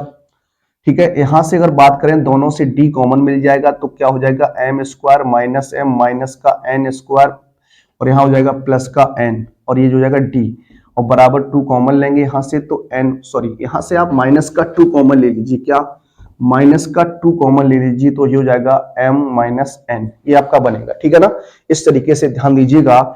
यहां से हो जाएगा 2a m माइनस n, यहां से देखिए m square minus n square है, m square minus n square की जगह हम लिख सकते हैं क्या, m plus n and m minus n और यहां से कॉमन लेंगे माइनस चिन्ह तो ये हो जाएगा m माइनस n और d बराबर माइनस का 2m माइनस n हो जाएगा। अब देखिए अगर इस ब्रैकेट से बात करेंगे तो आपका कॉमन मिलेगा m माइनस n, क्या मिलेगा, m माइनस n मिलेगा। यहां भी m माइनस n, यहां भी m माइनस n है तो इसको हम m माइनस n ब्रैकेट के बाहर लिखेंगे तो क्या बनेगा, देखिए 2a बन जाएगा यहां से, प्लस यहां से क्या बन जाएगा m प्लस n माइनस 1 और ये d। ठीक है, और बराबर में क्या हो जाएगा, माइनस का 2m माइनस n हो जाएगा। ये इससे ब्रेक कर दीजिए, आपका कट जाएगा। तो क्या बना, तो क्या बना 2a plus m plus n minus 1 into D बराबर माइनस, तो ये हमारा समीकरण नंबर 3 हो जाएगा। ठीक है ना, ये आपका समीकरण नंबर 3 हो गया। आपसे प्रश्न में क्या कहा, m प्लस n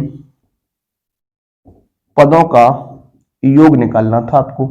जी हाँ ठीक है, तो हो जाएगा m प्लस n बटे 2 2a और n माइनस 1 होता है लेकिन n की जगह कौन आ जाएगा, n की जगह आपका आ जाएगा क्या, m plus n minus 1 into D हो जाएगा। अब देखिए यहां पर 2a plus m plus n minus 1 into D का मान है कितना, माइनस 2 है, यहां रख देंगे तो m प्लस n बटे 2 मल्टीप्लाई माइनस 2, इसको ब्रेक कर दीजिए तो माइनस का m प्लस n जो होगा वो इस प्रश्न का क्या हो जाएगा, राइट आंसर हो जाएगा। क्या हो जाएगा, राइट आंसर हो जाएगा।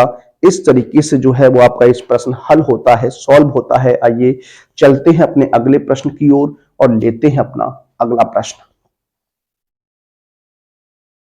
देखिए अगला प्रश्न लेंगे और अगला प्रश्न जो रहेगा हमारा प्रश्न नंबर इसका खा रहने वाला है। दूसरा प्रश्न होगा आइए इस प्रश्न की बात करते हैं, इस प्रश्न को हल करते हैं, सॉल्व करते हैं। देखिए किस तरीके से आप बनाने वाले इस प्रश्न को, जरा देखिए क्वेश्चन क्या है, एक बार आप पढ़ लीजिए। कहता है सिद्ध कीजिए कि किसी बाह्य बिंदु से किसी वृत्त पर खींची गई स्पर्श रेखाओं के बीच का कोण स्पर्श बिंदुओं को मिलाने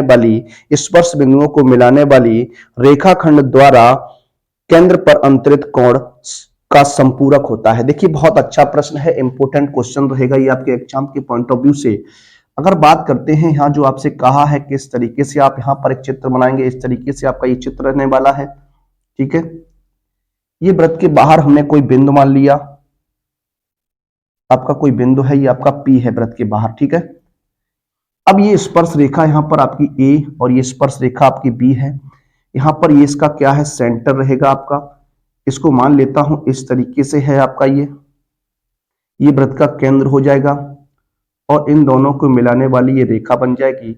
अब हमें बताना है कि ये वाला जो एंगल है इस वाले एंगल के क्या समरूप है या नहीं। अगर हम इन दोनों का योगफल 180 अंश सिद्ध कर दे बेटा, 180 अंश अगर सिद्ध कर दे तो आपका क्या होगा, दोनों के दोनों कोण आपस में कैसे हो जाएंगे, संपूरक हो जाएंगे। आइए इसी पर हम बात करने वाले हैं। देखिए यहां पर आप जानते हैं क्या, चूंकि आप जानते हैं चूंकि वृत्त की त्रिज्या स्पर्श रेखा पर लंब होती है। ठीक है, ये आप जानते हैं, इसलिए हम कह सकते हैं प्यारे बच्चों कि जो OA रेखा है, जो OA है वो लंब है किस पर, AP पर। एंड इसी को हम कह सकते हैं क्या, जो OB है वो लंब है आपकी किस पर, PB पर। ठीक है, अगर ये लंब है, लंब होती है और 90 डिग्री का एंगल बन जाएगा अपने आप, तो क्या हो जाएगा, कोण OAP बराबर 90 अंश हो जाएगा।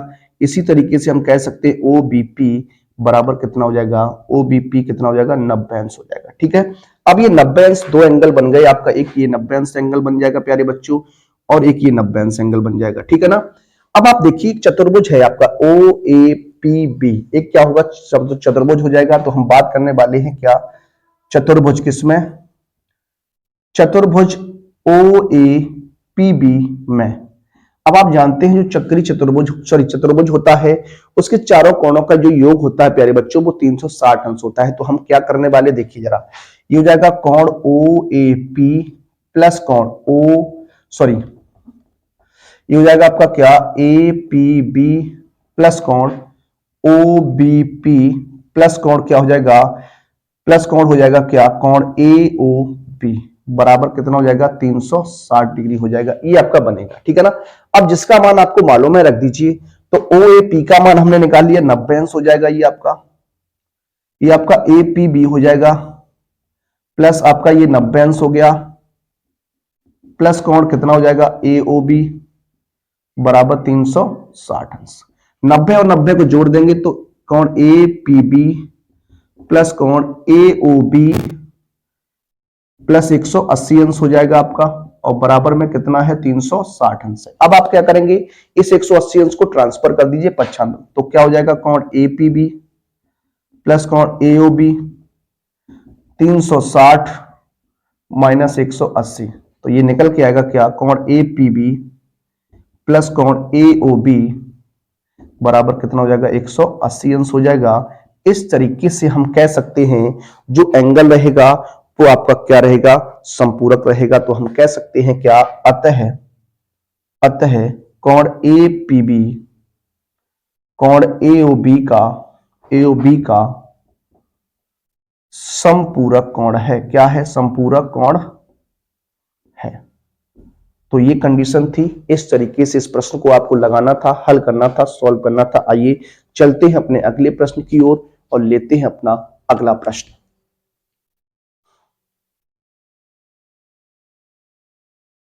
देखिए बात करेंगे अपने अगले प्रश्न पर। अगला जो प्रश्न रहेगा हमारा 22 का थर्ड पार्ट रहने वाला है। क्या है, जरा क्वेश्चन को आप पढ़िएगा। लिखा है बिंदु -4,6 बिंदुओं माइनस के 6,10 और 3,-8 को जोड़ने वाले रेखाखंड को किस अनुपात में विभाजित करता है। देखिए दो बिंदु हैं, मान लीजिए एक बिंदु P है, कितना दिया गया, ये आपको माइनस के 4,6 है, माइनस का 4,6, और आपको एक बिंदु दिया गया है ए, ये आपको दिया गया है माइनस के 6,10, माइनस के 6,10 है, और एक बिंदु दिया गया है ये आपको 3,-8 दिया गया है। तो ये दिया गया है आपको। अब आपसे क्या कह रहा है, कह रहा है कि ये बताइए जो बिंदु P है वो इस रेखा, इन दोनों बिंदुओं को जोड़ने वाले रेखाखंड को किस अनुपात में विभाजित करता है। तो हम मान लेते हैं क्या, यहां पर अनुपात हमें निकालना है, ठीक है ना। तो आप जानते हैं सेक्शन फॉर्मूला जो होता है प्यारे बच्चों, उसी से हम बात करने वाले हैं। तो आप जानते हैं x बराबर m1 x2 plus m2 x1 बटे क्या हो जाएगा, m1 प्लस m2 हो जाएगा, ठीक है ना। तो m1 और m2 का मान आपको फाइंड आउट करना है, ठीक है। x की बात करेंगे तो x का मान आपको कितना लेना है, 4 हो जाएगा, m1 रहेगा, x2 की बात करेंगे तो कितना हो जाएगा, 3 हो जाएगा, m2 का मान निकालना है, x1 का मान -6 बटे में क्या हो जाएगा, m1 प्लस m2 हो जाएगा। क्रॉस गुणा करते हैं तो हो जाएगा माइनस का 4m1 सॉरी और माइनस का 4m2 हो जाएगा इक्वल टू 3m1 माइनस का 6m2। अब क्या करेंगे, m1 को एक साइड कर लीजिए, m2 को एक साइड कर लीजिए, तो हो जाएगा माइनस का 4m1 माइनस का 3m1 इक्वल टू माइनस का 6m2 एंड प्लस का 4m2 हो जाएगा। ये पक्षांतर से यहाँ माइनस का 7m1 बराबर माइनस का 2m2, ये माइनस माइनस प्लस करेंगे, m1 बटे m2 की कंडीशन बनाएंगे तो हो जाएगा 2/7, यानी m1 अनुपात m2 जो निकल के आएगा वो 2 अनुपात कितना हो जाएगा, 7 हो जाएगा। कितना हो जाएगा, 2 अनुपात 7 जो रहेगा प्यारे बच्चों, इस प्रश्न का क्या हो जाएगा, आंसर हो जाएगा। क्या हो जाएगा, आंसर हो जाएगा। अगले प्रश्न की बात करते हैं तो अगला जो प्रश्न रहेगा हमारा, इसका 4th पार्ट रहने वाला है। क्या रहेगा, पार्ट नंबर 4 रहने वाला है। देखिए इसको सॉल्व करेंगे। देखिए कहता है निम्नलिखित बारंबारता से बहुलक ज्ञात कीजिए। बहुलक ज्ञात करना है तो देखिए बात करते हैं, यहां वर्ग अंतराल आपको दिया गया है, वर्ग अंतराल दिया गया है, और आपको क्या दी गई है, बारंबारता दी गई है। बना लीजिए आप यहां से। जब आप बहुलक वर्ग की बात करते हैं, वर्ग अंतराल की बात करते हैं, क्या दिया गया है, आपको दिया गया है 0 से 20, 20 से 40 हो जाएगा, 40 से 60, 60 से 80, 80 से 100, 100 से 120 एंड 120 से कितना है, 140 रहेगा। ये आपको दिया गया है, गिवन दैट है। अब यहां पर अगर बात करते हैं बारंबारता कितनी है, 6, 8, 10, 12, 6, 8, 10, 12 और क्या दिया गया, 6, 5, 3, 6, 5, 3। ये आपको कंडीशन दी गई है प्यारे बच्चों। देखिए बहुलक वर्ग जब भी निकालना होता है बहुलक, तो आपको किसी प्रकार की कोई अतिरिक्त कंडीशन नहीं बनानी पड़ती, बस आपको यहीं पर चेक करना होता है। अगर यहां बात करते हैं तो सबसे अधिक बारंबारता कितनी है, आपकी 12 रहेगी। सबसे अधिक बारंबारता जो है वो 12 है, तो ये आपका किसका मान बन जाएगा प्यारे बच्चों, F1 हो जाएगा, ये ऊपर F0 हो जाएगा और ये आपका F2 हो जाएगा, ठीक है ना। और यहां से आपको क्या करना, L मान लेना है, निम्न सीमा लेनी है। तो L का मान कितना है, 60 रहेगा। F1 की बात करते हैं, F1 कितना रहेगा, 12 रहेगा। F0 कितना रहेगा, 10 रहेगा। F2 कितना रहेगा, 6 रहेगा। और यहां से बात करते हैं जो H है वो क्या है, H का मान जो यहां हो जाएगा प्यारे बच्चों वो कितना हो जाएगा, 20 हो जाएगा, क्योंकि यहां डिफरेंस की बात हो रही है, कितना है, 20 रहेगा। अगर बात करते हैं बहुलक की, तो बहुलक का जो फॉर्मूला होता है प्यारे बच्चों, L plus F1 minus F0 बटे 2F1 minus F0 minus F2 और मल्टीप्लाई में क्या होता है, H होता है।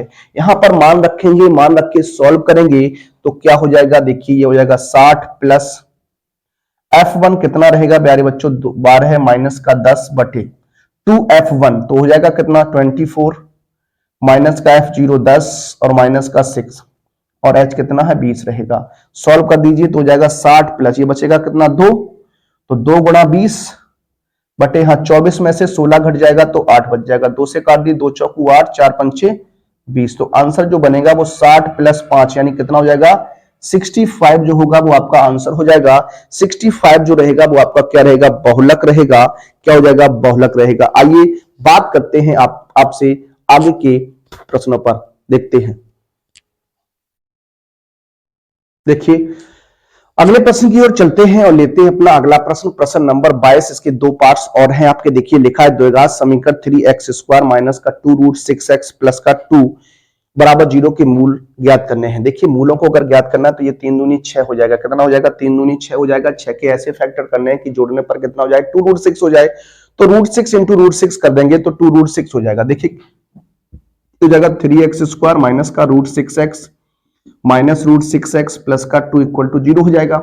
यहां से आप √3 कॉमन ले लीजिए। क्या 3 कॉमन लेंगे तो यहां से हो जाएगा क्या? √3x और यहां से हो जाएगा माइनस का √2। देखिए गुणा करते हैं तो यह √3 का √3 में 3 हो जाएगा, x का गुणा x में x² हो जाएगा, 3 दूनी 6 हो जाएगा। यहां से आप √2 कॉमन लेंगे तो √3x और माइनस का √2 बच जाएगा। ठीक है ना? ध्यान से देखिएगा, यहां हो जाएगा √3x माइनस का √2 और ये हो जाएगा √3x माइनस का √2 इक्वल टू 0। अब देखिए दोनों फैक्टर एक जैसे रहेंगे तो √3x माइनस √2 बराबर 0, तो √3x बराबर हो जाएगा √2। इसको लिख सकता हूं √3x x बराबर √2 अपॉन √3 हो जाएगा, या इसको लिख सकता हूं x बराबर √2/3 हो जाएगा। इसको रखेंगे तो यहां पर वही कंडीशन है तो आपका वही बन के आ जाएगा पुनः से। तो क्या हो जाएगा? √3x बराबर कितना? √2 हो जाएगा। x बराबर इसको भी लिख सकता हूं 2/√3। ठीक है ना? ये आपका आंसर बन जाएगा।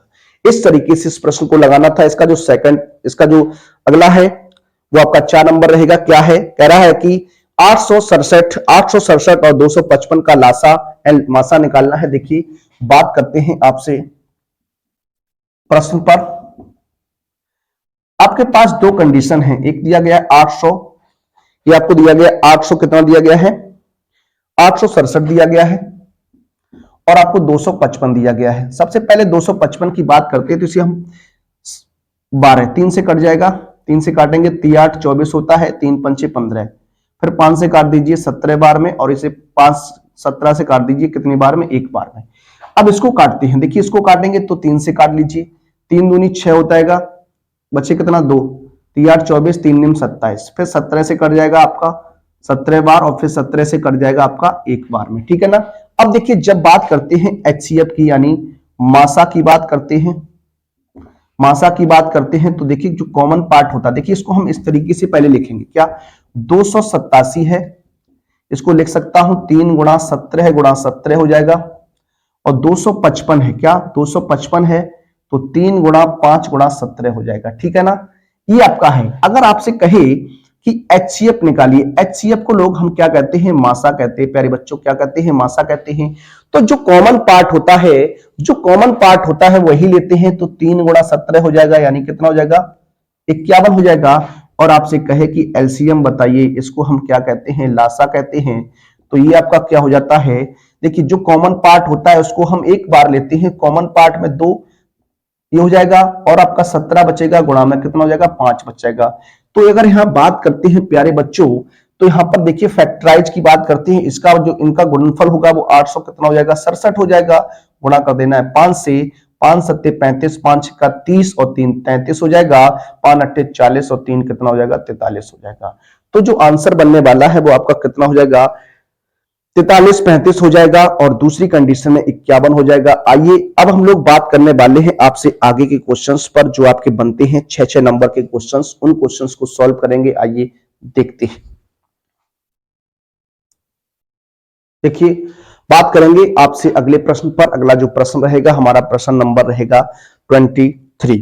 कहता है सम्मुख चित्र में AO बटे OC बराबर BO बटे OD बराबर 1/2 तथा AB बराबर 5 सेंटीमीटर है, तो DC का मान जो है वो आपको ज्ञात करना है। DC का मान कितना रहने वाला है? अब देखिए अगर यहां पर बात करते हैं दो त्रिभुज की बात करने वाले, यहां पर सबसे पहले हम बात करेंगे त्रिभुज AOB तथा त्रिभुज COD में।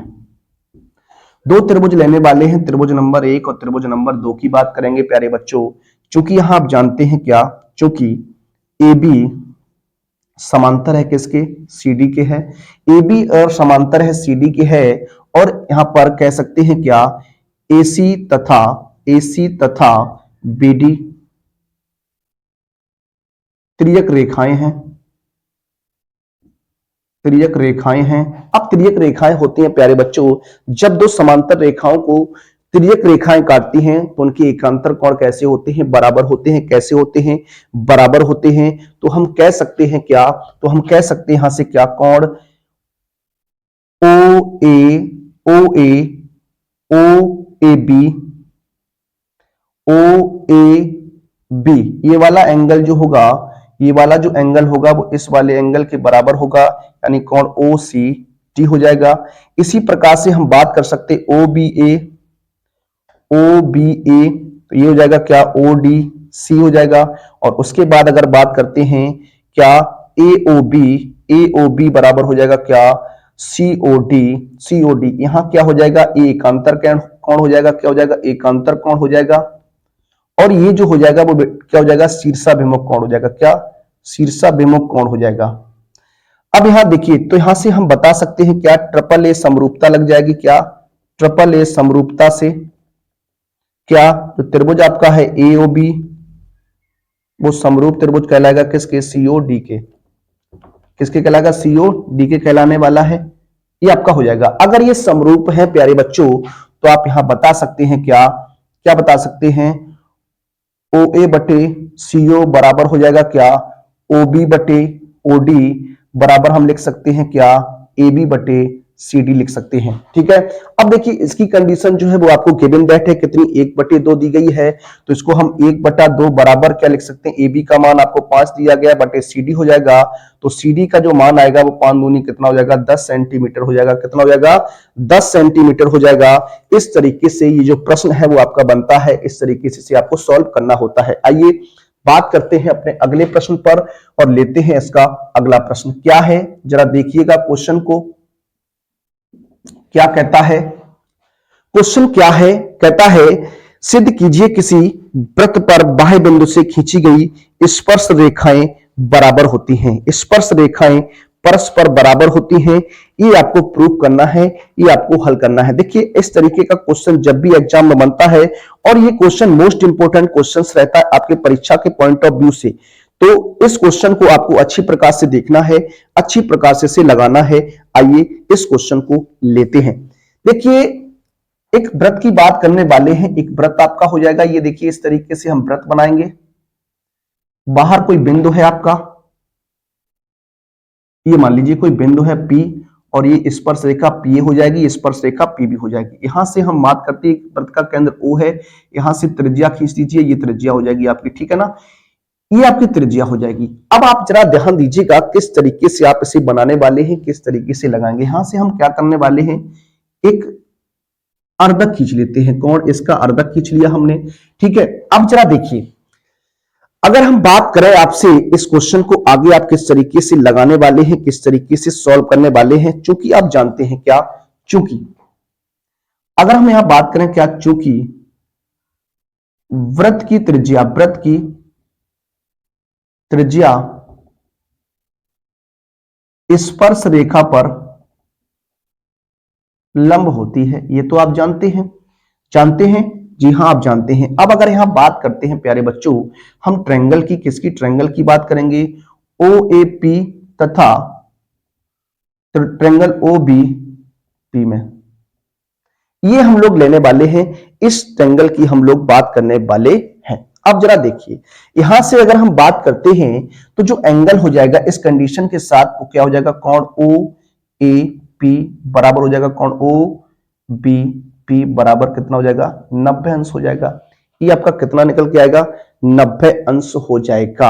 आप कहेंगे जी हाँ ये हमारा 90 अंश हो जाएगा। उसके बाद अगर हम बात करते हैं प्यारे बच्चों, तो यहां क्या है, OA बराबर क्या है, OB है, ये क्या है, समान त्रिज्याएं हैं, क्या है, समान त्रिज्याएं हैं। और हम कह सकते हैं क्या, OP बराबर OP जो है वो एक उभयनिष्ठ रेखा है, क्या है, उभयनिष्ठ रेखा है, क्या है, उभयनिष्ठ रेखाखंड है। अगर उभयनिष्ठ रेखाखंड है तो इसे हम कह सकते हैं क्या, इसे हम कह सकते हैं क्या, राइट हैंड साइड, यानी समकोण त्रिभुज की जो पाइथागोरस प्रमेय है उसके नियम से हम कह सकते हैं से, इसे हम कह सकते हैं क्या, जो त्रिभुज आपका है OAP, ये सर्वांगसम त्रिभुज होगा, क्या, सर्वांगसम त्रिभुज होगा, क्या, OBP के। अब देखिए अगर सर्वांगसम त्रिभुज होता है, अगर सर्वांगसम त्रिभुज होता है तो उसके सभी अंग जो होते हैं वो समान होते हैं, बराबर होते हैं, इक्वल होते हैं। तो इस कंडीशन से हम कह सकते हैं क्या, AP बराबर जो हो जाएगा क्या होगा, PB हो जाएगा, या पी ए बराबर क्या हो जाएगा, पीबी हो जाएगा। इसको हम यूं लिख सकते हैं क्या, पी ए बराबर क्या, पीबी। ठीक है ना। तो इस तरीके से आपका ये हल होता है, सॉल्व होता है। आइए बात करते हैं अपने अगले प्रश्न पर और लेते हैं अपना अगला प्रश्न, प्रश्न नंबर 24। देखिए बात करेंगे अपने अगले प्रश्न पर। अगला जो प्रश्न है हमारा, प्रश्न नंबर रहेगा कौन सा, ये प्रश्न रहने वाला है आपका 24 नंबर का। 24 क्वेश्चन नंबर 24 की बात करेंगे। कह रहा है त्रिकोणमिति का सवाल रहेगा। कह रहा है सिद्ध कीजिए cosec a minus sine a, cosec a minus sine a into sec a minus cos a बराबर 1/tan a plus cot A लाना है। तो देखिए किस तरीके से बनाएंगे इसको। इसे हम 1/sin a लिख सकते हैं और ये माइनस का साइन ए रहेगा, अपॉन में 1 कर लीजिए। यहां से इस सेक को 1/cos में कन्वर्ट करेंगे और माइनस क्या रहेगा, कॉस रहेगा बटे में 1। ठीक है ना। अब आप क्या करेंगे, यहाँ पर एलसीएम लेंगे तो ये आपका एलसीएम आएगा क्या, साइन ए हो जाएगा 1 माइनस साइन को गुणा करेंगे तो साइन स्क्वायर ए हो जाएगा। यहां बात करेंगे तो 1 माइनस कॉस स्क्वायर ए बटे क्या हो जाएगा, कॉस ए हो जाएगा। ठीक है ना। अब देखिए अगर बात करते हैं 1 माइनस साइन स्क्वायर, ये आपका क्या होता है, कॉस स्क्वायर ए होता है बटे में क्या है, साइन ए है, इंटू 1 माइनस साइन स्क्वायर ए क्या होता है, कॉस स्क्वायर ए होता है, सॉरी ये साइन स्क्वायर होता है, ये हो जाएगा क्या, कॉस ए। इसको ब्रेक कर दीजिए, इससे ये स्क्वायर कट जाएगा, इससे ये स्क्वायर कट जाएगा, तो क्या बना, साइन ए कॉस ए। देखिए ये मान आ गया हमारा किसका, लेफ्ट हैंड साइड का। तो अब आपको राइट हैंड साइड भी सॉल्व करनी पड़ेगी क्योंकि इससे नहीं आया है। तो क्या है 1/tan a प्लस क्या है कॉट ए। तो इसको भी हम क्या करेंगे, साइन बटे कॉस में कन्वर्ट करेंगे। ये हो जाएगा साइन ए बटे कॉस ए प्लस इसको करेंगे तो ये कॉस ए बटे क्या हो जाएगा, साइन ए हो जाएगा। एलसीएम ले लीजिए। तो एलसीएम की बात करेंगे तो एलसीएम आएगा क्या, साइन ए कॉस ए। इसको जब यहां गुणा करेंगे क्रॉस तो हो जाएगा क्या, साइन स्क्वायर ए प्लस कॉस स्क्वायर ए। अब सर्वसमता से आप जानते हैं साइन स्क्वायर ए प्लस कॉस स्क्वायर ए का मान कितना होता है, 1 होता है। ये साइन ए कॉस ए कहां पहुंच जाएगा, अंश में पहुंच जाएगा। तो ये हो जाएगा sign A plus cos A बटे इसका मान कितना हो जाएगा, 1। ये आपका हो जाएगा left hand side equal to क्या, राइट हैंड साइड, ये आपका बन जाएगा। ठीक है ना। ये था आपका ट्रिग्नोमेट्रिक का क्वेश्चन। अब इसका जो अगला जो प्रश्न है वो भी आपका क्या है, हाइट एंड डिस्टेंस से संबंधित क्वेश्चन रहेगा। आइए इस क्वेश्चन को भी हम लोग सॉल्व करते हैं और हल करते हैं। क्या कहता है, टावर की ऊंचाई तथा मकान से टावर की दूरी ज्ञात करनी है। आइए उस क्वेश्चन को भी हम सॉल्व करते हैं। देखिए बात करते हैं अपने अगले प्रश्न पर। 24 का जो आपका अथवा का क्वेश्चन है उसको सॉल्व करते। देखिए क्या है, एक 15 मीटर ऊंचे मकान के शिखर से एक टावर के शिखर का उन्नयन कोण 30 अंश है और उसी मकान के तल से टावर के शिखर का उन्नयन कोण 60 अंश है। टावर की ऊंचाई तथा मकान से टावर की दूरी ज्ञात कीजिए। देखिए बात करते हैं, इस क्वेश्चन को लगाते हैं। देखिए मान लेता हूं एक टावर है आपका, ये आपका टावर हो जाएगा। ये टावर आपका मान लेता हूं क्या है, एक टावर है ए बी। इस टावर के जस्ट एक्स दूरी पर क्या, एक्स दूरी पर एक मकान है, ये मकान है। इस मकान की जो ऊंचाई है प्यारे बच्चों वो आपको दी गई है कितनी, 15 मीटर, 15 मीटर दी गई है। ठीक है ना। तो यहां से क्या करेंगे, ये आप मिला लीजिए यहां से, तो ये आपका बिंदु हो जाएगा ई। तो ये भी दूरी कितनी रहेगी, 15 मीटर ही रहने वाली है ये वाली। ठीक है। अब जरा देखिए एक बार क्वेश्चन को दोबारा पढ़ते हैं। 15 मीटर ऊंचे मकान के शिखर से एक टावर के शिखर, मकान के शिखर से टावर के शिखर का जो उन्नयन कोण दिया गया है प्यारे बच्चों वो आपको 30 अंश दिया गया। कितना दिया गया, 30 अंश दिया गया, बना लिया। आगे क्या कहता है, उसी मकान के तल से टावर के शिखर का जो उन्नयन कोण है वो आपको 60 अंश दिया गया है। ये आपको कितना दिया गया है, 60 अंश दिया गया है। तो कह रहा कि टावर की ऊंचाई और मकान से टावर की दूरी ज्ञात करनी। तो इसको तो मैं मान लेता हूं ये आपका क्या रहेगा, h मीटर है ऊंचाई टावर की, तो ये x मान ली हमने। ठीक है। अगर ये x है बेटा तो ये भी क्या होगी, x ही रहेगी। क्या होगी, x ही रहेगी। अब यहां से अगर बात करते हैं 15 है तो ये वाली दूरी जो हो जाएगी वो h माइनस कितनी हो जाएगी, 15 हो जाएगी। h माइनस कितनी हो जाएगी, 15 हो जाएगी। तो ये चित्र जो है वो आपका बन के तैयार हो गया है। अब हम यहाँ बात करने वाले हैं, मान लेते हैं क्या, माना टावर ए बी की ऊंचाई, टावर ए बी की ऊंचाई की अगर बात करते हैं तो टावर ए बी की जो ऊंचाई रहेगी वो क्या रहने वाली है, h मीटर हो जाएगी। कितनी हो जाएगी, h मीटर हो जाएगी। मकान से क्या, मकान से टावर की दूरी ये जो हो जाएगी वो x मीटर हो जाएगी, ठीक है ना। ये दो कंडीशंस हमें फाइंड आउट करनी है, हमें ज्ञात करनी है। अब सबसे पहले देखिए हम बात करने वाले हैं क्या, समकोण त्रिभुज। किसकी बात करेंगे, समकोण त्रिभुज लेंगे। कौन सा, बी ए बी सी में, क्या ए बी सी में बात करेंगे तो ये हो जाएगा आपका क्या, tan 60 अंश बराबर हो जाएगा क्या, h बटे क्या, h बटे x हो जाएगा। तो यहां से आप जानते हैं ये हो जाएगा √3 इक्वल टू एच बटे एक्स। यहां से क्या करेंगे, क्रॉस गुणा करेंगे तो h बराबर कितना हो जाएगा, √3x। इसे समीकरण नंबर 1 मान लेता हूं। क्या मान लेता हूं, समीकरण नंबर 1 मान लेता हूं, इक्वेशन नंबर 1। अब दूसरा जो ट्रायंगल है उसको आप ले लीजिए। क्या बात करने वाले हैं, क्या समकोण त्रिभुज। कौन सा, AED में, क्या AED में बात करेंगे। क्या हो जाएगा, tan 30 बराबर हो जाएगा h माइनस 15 बटे क्या, x हो जाएगा। ठीक है, ये tan 30 का मान 1/√3 इक्वल टू हो जाएगा क्या, h माइनस 15 बटे कितना, x। क्रॉस गुणा करा दीजिए।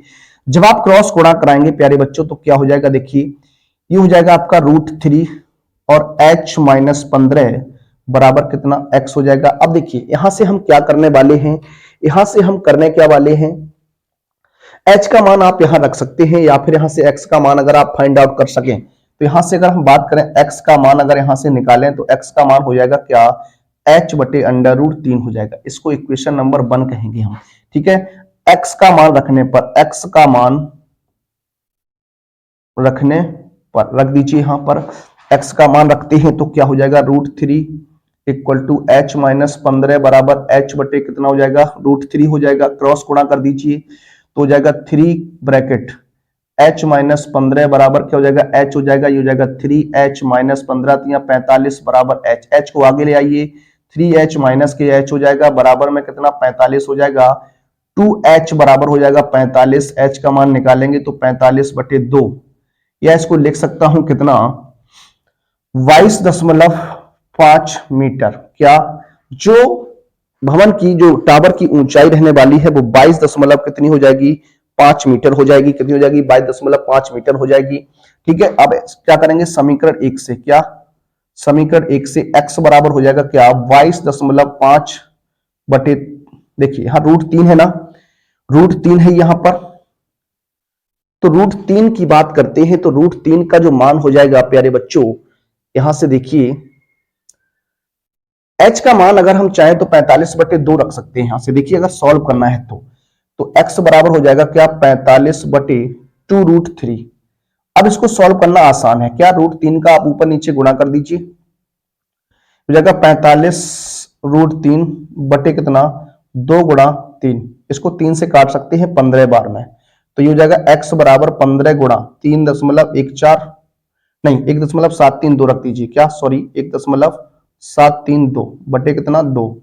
अब इसको आप काट सकते हैं, इसको 0 पॉइंट क्या हो जाएगा, 0.8 2 8 16, एक बचेगा 2 6 12, 2 6 12 गुणा कर देंगे, x बराबर आ जाएगा 15 6 90, 15 6 90 और 6 96, 15 8 120 और 129, 129 हो जाएगा। कितने अंक बाद पॉइंट आएगा, 3 अंकों बाद, तो ये जाएगा 12.696 मीटर। तो ये रहेगा आपका आंसर। किस तरीके से आपने क्वेश्चन को लगाया, किस तरीके से हल किया, तो इस तरीके से जो है हमारा आंसर बनने वाला है। तो अब हम लोग बात करने वाले हैं अपने अगले प्रश्न पर। अगला जो प्रश्न रहेगा हमारा प्रश्न नंबर 25। आइए उस क्वेश्चन को सॉल्व करते हैं और हल करते हैं।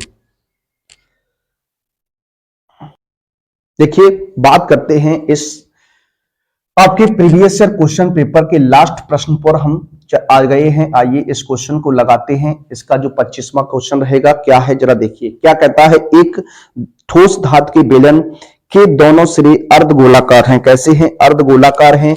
अगर दोनों सिरे कैसे हैं, अर्धगोलाकार हैं, इसकी संपूर्ण ऊंचाई क्या है, 19 सेंटीमीटर है तथा बेलन का व्यास 7 सेंटीमीटर है। इस ठोस का भार ज्ञात कीजिए। यदि 1 सेंटीमीटर क्यूब धातु का भार दिया गया 4.5 ग्राम है। देखिए बात करते हैं, पहले डायग्राम थोड़ा बना लेते हैं, इसको समझने का प्रयास करेंगे। ये आपका क्या है, एक बेलन है। एक आपका क्या है, बेलन है जिसके दोनों सिरे क्या है, अर्धगोलाकार हैं। क्या है, अर्धगोलाकार है। इस तरीके से हम बात करने वाले हैं। ये आपका हो जाएगा, ठीक है ना, इस तरीके से। ये आपका बेलन है आपका एक, ठीक है। ये इसकी संपूर्ण ऊंचाई जो दी गई है प्यारे बच्चों, वो आपको दी गई है कितनी, 19 सेंटीमीटर दी गई है। कितनी दी गई है, 19 सेंटीमीटर दी गई है। और जो त्रिज्या प्यारे बच्चों बन जाएगी, क्या जो त्रिज्या हो जाएगी वो 3.5 हो जाएगी, क्योंकि 7 सेंटीमीटर व्यास है, ठीक है। अगर ये त्रिज्या है तो इसकी भी त्रिज्या ये बनेगी 3.5 और ये भी हो जाएगी 3.5। ये आपका कंडीशन बनने वाली। अब अगर हम बात करते हैं त्रिज्या की, तो त्रिज्या चाहे आप गोले की त्रिज्या हो, चाहे आपकी वो बेलन की त्रिज्या रहे, ये आपका आर का मान इक्वल रहेगा, ये आपका 7/2 रहने वाला है, या इसको हम 3.5 सेंटीमीटर रख सकते हैं। अब अगर हम बात करते हैं बेलन की ऊंचाई, किसकी, बेलन की ऊंचाई की बात करेंगे, तो ये आपका h का मान हो जाएगा। देखिए पूरी ऊंचाई 19 है, उसमें से ये दूरी और ये दूरी आपकी घट जाएगी, यानी 3.5 घटा दीजिए तो कितना हो जाएगा, 12 सेंटीमीटर हो जाएगा। ये आपका बनने वाला है। अब देखिए इसका हमें संपूर्ण आयतन निकालना है। क्या संपूर्ण आयतन निकालना है? देखिए ठोस का संपूर्ण आयतन, जो ठोस का संपूर्ण आयतन प्यारे बच्चों हो जाएगा, वो क्या हो जाएगा। अब देखिए जहां दो अर्धगोले होंगे, क्या दो अर्धगोले होंगे, तो इसको लिख सकता हूं 2 मल्टीप्लाई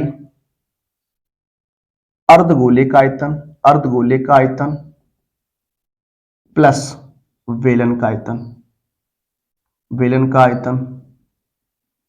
अब देखिए 2 इंटू अर्धगोले का आयतन, तो आप जानते हैं क्या होता है, अर्धगोले का आयतन 2/3 पाई आर क्यूब होता है, और पाई आर स्क्वायर एच हो जाएगा। यहां से देखिए क्या कॉमन मिल सकता है, उसको पहले हम कॉमन लेंगे, तो पाई आर स्क्वायर कॉमन मिल जाएगा, क्या हो जाएगा 4/3 आर हो जाएगा, प्लस क्या हो जाएगा एच बचेगा। यहां पर आप मान रखेंगे तो 22/7 आर का मान आपका कितना है, इसको हम 7/2 मल्टीप्लाई 7/2 लिख सकते हैं, और ये 4/3 मल्टीप्लाई 7/2 इंटू में कितना, सॉरी प्लस कितना हो जाएगा 12 हो जाएगा। अब इसको क्या करना है, आपको सॉल्व कर देना है, हल कर देना। देखिए 7 से 7 कट जाएगा, 2 से ये 11 बार में कटेगा, तो ये हो जाएगा 77 कितना 2 इंटू, यहां पर ये आपका कट जाएगा 2 से 2 दूनी 4, ये हो जाएगा 7 दूनी 14 प्लस 12 3 36 कितना 3, ये हो जाएगा 77 कितना 2 मल्टीप्लाई, ये हो जाएगा 50 कितना 3, ठीक है। इसको हम ब्रेक कर सकते हैं 25 बार में, हो जाएगा 25 छिक्का 25 7 175, गुणा करेंगे 25 7 175 की 5 हाथ से 17 लगे, 25 7 175 और 17 175 और 17 की जब आप बात करेंगे तो 175 और 17 कितना हो जाएगा, 7 5 12 192 हो जाएगा। कितना हो जाएगा 192 हो जाएगा, बटे में कितना हो जाएगा 3, ये आपका क्या हो जाएगा सेंटीमीटर क्यूब हो जाएगा। 1925 सेंटीमीटर क्यूब क्या हो जाएगा, इसका आंसर बनेगा। अब देखिए जरा उसने क्या कहा, उसने कहा चूंकि 1 सेंटीमीटर क्यूब, चूंकि 1 सेंटीमीटर क्यूब धातु का द्रव्यमान, धातु का द्रव्यमान कितना है 4.5 ग्राम है, कितना है, इसलिए अगर हम बात करने वाले हैं क्या, इसलिए 1925/3 सेंटीमीटर क्यूब द्रव्यमान की बात करेंगे तो ये हो जाएगा 1925/3 गुणा 4.5, इसको आप सॉल्व करेंगे 1.5 आ जाएगा, यहां गुणा कर दीजिए 1925 गुणा 1.5 गुणा करेंगे 15 पन्ना 75 हो जाएगा, हासिल कितनी लगेगी 7 लगेगी, और 15 दूनी 30 और 7 37 हो जाएगा, हासिल कितनी लगेगी 3, 15 निम्मा 135 135 और 3 138 हो जाएगा, हासिल 13, 15 एकम 15 और 13 कितना हो जाएगा 28 हो जाएगा, ये हो जाएगा 28। अब दशमलव की बात करते हैं, एक अंक बाद आ जाएगा, तो इतने ग्राम हो जाएगा, क्या हो जाएगा ग्राम हो जाएगा। अगर इसको किलोग्राम में बदलना है तो 1000 का डिवाइडेशन कर दीजिए, तो हो जाएगा कितना 28 7.5 बटे कितना 1000। देखिए 1000 की बात करते हैं तो 1000 का और डिवाइडेशन करेंगे तो बेटा कितना हो जाएगा 2.8875 किलोग्राम हो जाएगा, क्या 2.887, ये आपका क्या हो जाएगा किलोग्राम हो जाएगा, या इसको हम लिख सकते हैं क्या 2.89 भी लिख सकते हैं, क्या 2.89 भी लिख सकते हैं इसको, क्योंकि दशमलव के बाद जब कोई संख्या 5 से बड़ी होती है तो उसको हम एक मानकर अगले वाले नंबर में जोड़ देते हैं, सॉल्व कर देते हैं। ये आपका 25वां प्रश्न था। आइए इसके अंतिम प्रश्न की बात करते हैं। इसका जो अथवा में क्वेश्चन रहता है उस क्वेश्चन की बात करते हैं और आइए अपने अंतिम प्रश्न की ओर चलते हैं। इस मॉडल पेपर के इस आपके प्रीवियस ईयर क्वेश्चन पेपर 2024 का ये चौथा सेट था। आइए लास्ट प्रश्न की ओर चलते हैं और अब सॉल्व करते हैं अपने अंतिम प्रश्न को।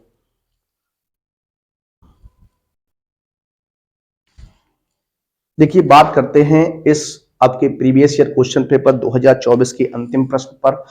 क्या है क्वेश्चन जरा देखिएगा। कहता है 15 सेंटीमीटर त्रिज्या वाले एक वृत्त की कोई जीवा केंद्र पर 60 अंश का कोण अंतरित करती है। संगत लघु वृत्तखंड का क्षेत्रफल हमें ज्ञात करना है। आइए क्वेश्चन को हल करेंगे। त्रिज्या जो दी गई है प्यारे बच्चों, आर का मान जो दिया गया है वो आपको दिया गया है कितना, 15 सेंटीमीटर दिया गया है। कितना दिया गया है, 15 सेंटीमीटर दिया गया है। और अगर बात करते हैं प्यारे बच्चों, थीटा का मान कितना दिया गया है, 60 अंश दिया गया है। और आपसे √3 का मान यहाँ बताया गया है और पाई का मान भी बताया गया है 3.14 है। और √3 का मान जो दिया गया है वो 1.73 दिया गया है। ठीक है ना। अब हमसे बात करनी है लघु वृत्तखंड का क्षेत्रफल। क्या, लघु वृत्तखंड का क्षेत्रफल हमें फाइंड आउट करना है। तो इसके लिए जो फॉर्मूला होता है r² पाई थीटा बटे 360 -1/2 साइन थीटा, ये होता है आपका। ठीक है ना। अब यहां पर आपको वैल्यू रख देनी है, सॉल्व करना है। r का मान हो जाएगा 15 × 15 और थीटा का मान, पाई का मान 3.14, थीटा का मान 60 अंश है। बटे में कितना हो जाएगा, 360 अंश -1/2 इंटू साइन 60 हो जाएगा। ठीक है ना। ये आपका बनेगा। अब आपको क्या करना है, सॉल्व करना है। ये 60 से 6 बार में कैंसिल हो जाएगा। ये 15 का गुणा 15 में करेंगे तो 225 हो जाएगा, गुणा 3.14/6 -1/2 इंटू साइन 60 का मान होता है √3/2। ठीक है, ये आपका बनेगा। अब यहाँ 2 से ब्रेक कर लेते हैं, 2 3 6 हो जाएगा और इसे 2 से काटेंगे तो 1.57 हो जाएगा। ठीक है, हो जाएगा 225, 1.57/3 और ये हो जाएगा √3 का मान बताया गया आपको कितना, 1.73 बटे 2 दूनी कितना हो जाएगा, 4 हो जाएगा। इसको आपको एलसीएम लेके सॉल्व करना है प्यारे बच्चों। तो क्या बनेगा देखिए जरा, 225 हो जाएगा, एलसीएम कितना आ जाएगा, 12 आ जाएगा। कितना आ जाएगा, 12 आ जाएगा। एलसीएम 12 रहेगा तो 4 का गुणा इधर करेंगे, 4 सत्ते 28, कितना, 4 सत्ते 28 हो जाएगा। हासिल 2, 4 पंचे 20 और 2 22 हो जाएगा। हासिल 2, 4 एकम 4 और 2 कितना हो जाएगा, 6, 6.28 माइनस इधर गुणा करेंगे तो देखिए 3 3 9 हो जाएगा, 3 सत्ते 21 और 3 एकम 3 और 2 5। अब आप क्या करेंगे, घटा लीजिए इसको, ये हो जाएगा 225 गुणा 18 में से 9 घटाइएगा तो 9 बच जाएगा। यहाँ बचेगा 1, 1 में से 1 0 बचेगा। यहाँ पर 6 में से 5 घटाएंगे 1 बच जाएगा, बटे में कितना, 12। अब देखिए अगर हाँ काटने का प्रयास करते हैं तो ये 2 से कट जाए, 3 से कट जाएगा, 3 से काट दीजिए इसको तो 3 चौकू 12 हो जाएगा, 3 सत्ते 21 और 3 पंचे 15 हो जाएगा। 75 गुणा 1.09 बटे कितना, 4। अब पहले आपको क्या करना है, इसका मल्टीप्लाई कराना है। मल्टीप्लाई करने के बाद जब आप मल्टीप्लाई इसका कर लेंगे और मल्टीप्लाई करने के बाद इसको आप जब सॉल्व करेंगे, हल करेंगे तो देखिए क्या आंसर आपका बनने वाला है, किस तरीके से आप इसे आगे बढ़ा सकते हैं। पहले आप गुणा करिएगा। गुणा जब आप करते हैं तो देखिए कितना आएगा आपका, गुणा करने पर आपका कितना आ जाएगा, जरा देख लीजिए। आपका गुणा जब करेंगे आप तो ये आपका गुणा करने पर बनेगा कितना, एक बार आप इसको देख सकते हैं, एक बार आप इसको चेक करेंगे किस तरीके से ये आपका बनेगा। देखिए जब आप इसमें इसको सॉल्व करने वाले हैं प्यारे बच्चों तो ये आपका बन जाएगा। देखिए 75 का गुणा कर लीजिए आप इस पर, 109 है, आप 75 का इसमें गुणा करेंगे तो ये हो जाएगा 5 का 5 निम 45 और 5 एकम 5, 7 सत्ते 7 निम 63, सॉरी यहाँ हो जाएगा 63 और ये हो जाएगा 7 एकम 7, 5 7 6 5 11 800 हो जाएगा कितना आपका, पॉइंट लगेगा 2 अंक बाद बटे में 4। अब इसको सॉल्व करेंगे। देखिए 4 दूनी 8, भाग जाएगा नहीं, भाग टूटे की बिंदी, दशमलव लगा दीजिएगा, हो जाएगा 17, 4 चौकू 16 और 4 चौकू 16 हो जाएगा, 1 बचेगा, 15 हो गया, 4 3 12, 4 3 12 कितना बच जाएगा, 4 3 12 कितना बच जाएगा, 3 बचेगा, 4 सत्ते 28 हो जाएगा, 4 पंचे 20 हो जाएगा। तो इस तरीके से ये आपका रहने वाला है 20.4375 सेंटीमीटर स्क्वायर क्या होगा, इस प्रश्न का आंसर हो जाएगा। तो इस तरीके से ये आज का हमारा सेट नंबर 4 था। आपको कैसा लगा आप एक बार कमेंट के माध्यम से बताइएगा। अगला जो आपका सेट रहेगा सेट नंबर 5 वो आपको अगले संडे को प्रोवाइड कराऊंगा। आप लोग हमारे साथ बने रहिए, अपने मित्रों को हमारे साथ जोड़ते रहिए और अपने YouTube परिवार को इसी प्रकार से आप बढ़ाते रहिए, ठीक है ना। अब हम लोग मिलेंगे आपसे अगले कुछ और महत्वपूर्ण प्रश्नों के साथ और संडे को आपको सेट नंबर 5 फिर से देखने को मिलेगा। तब तक के लिए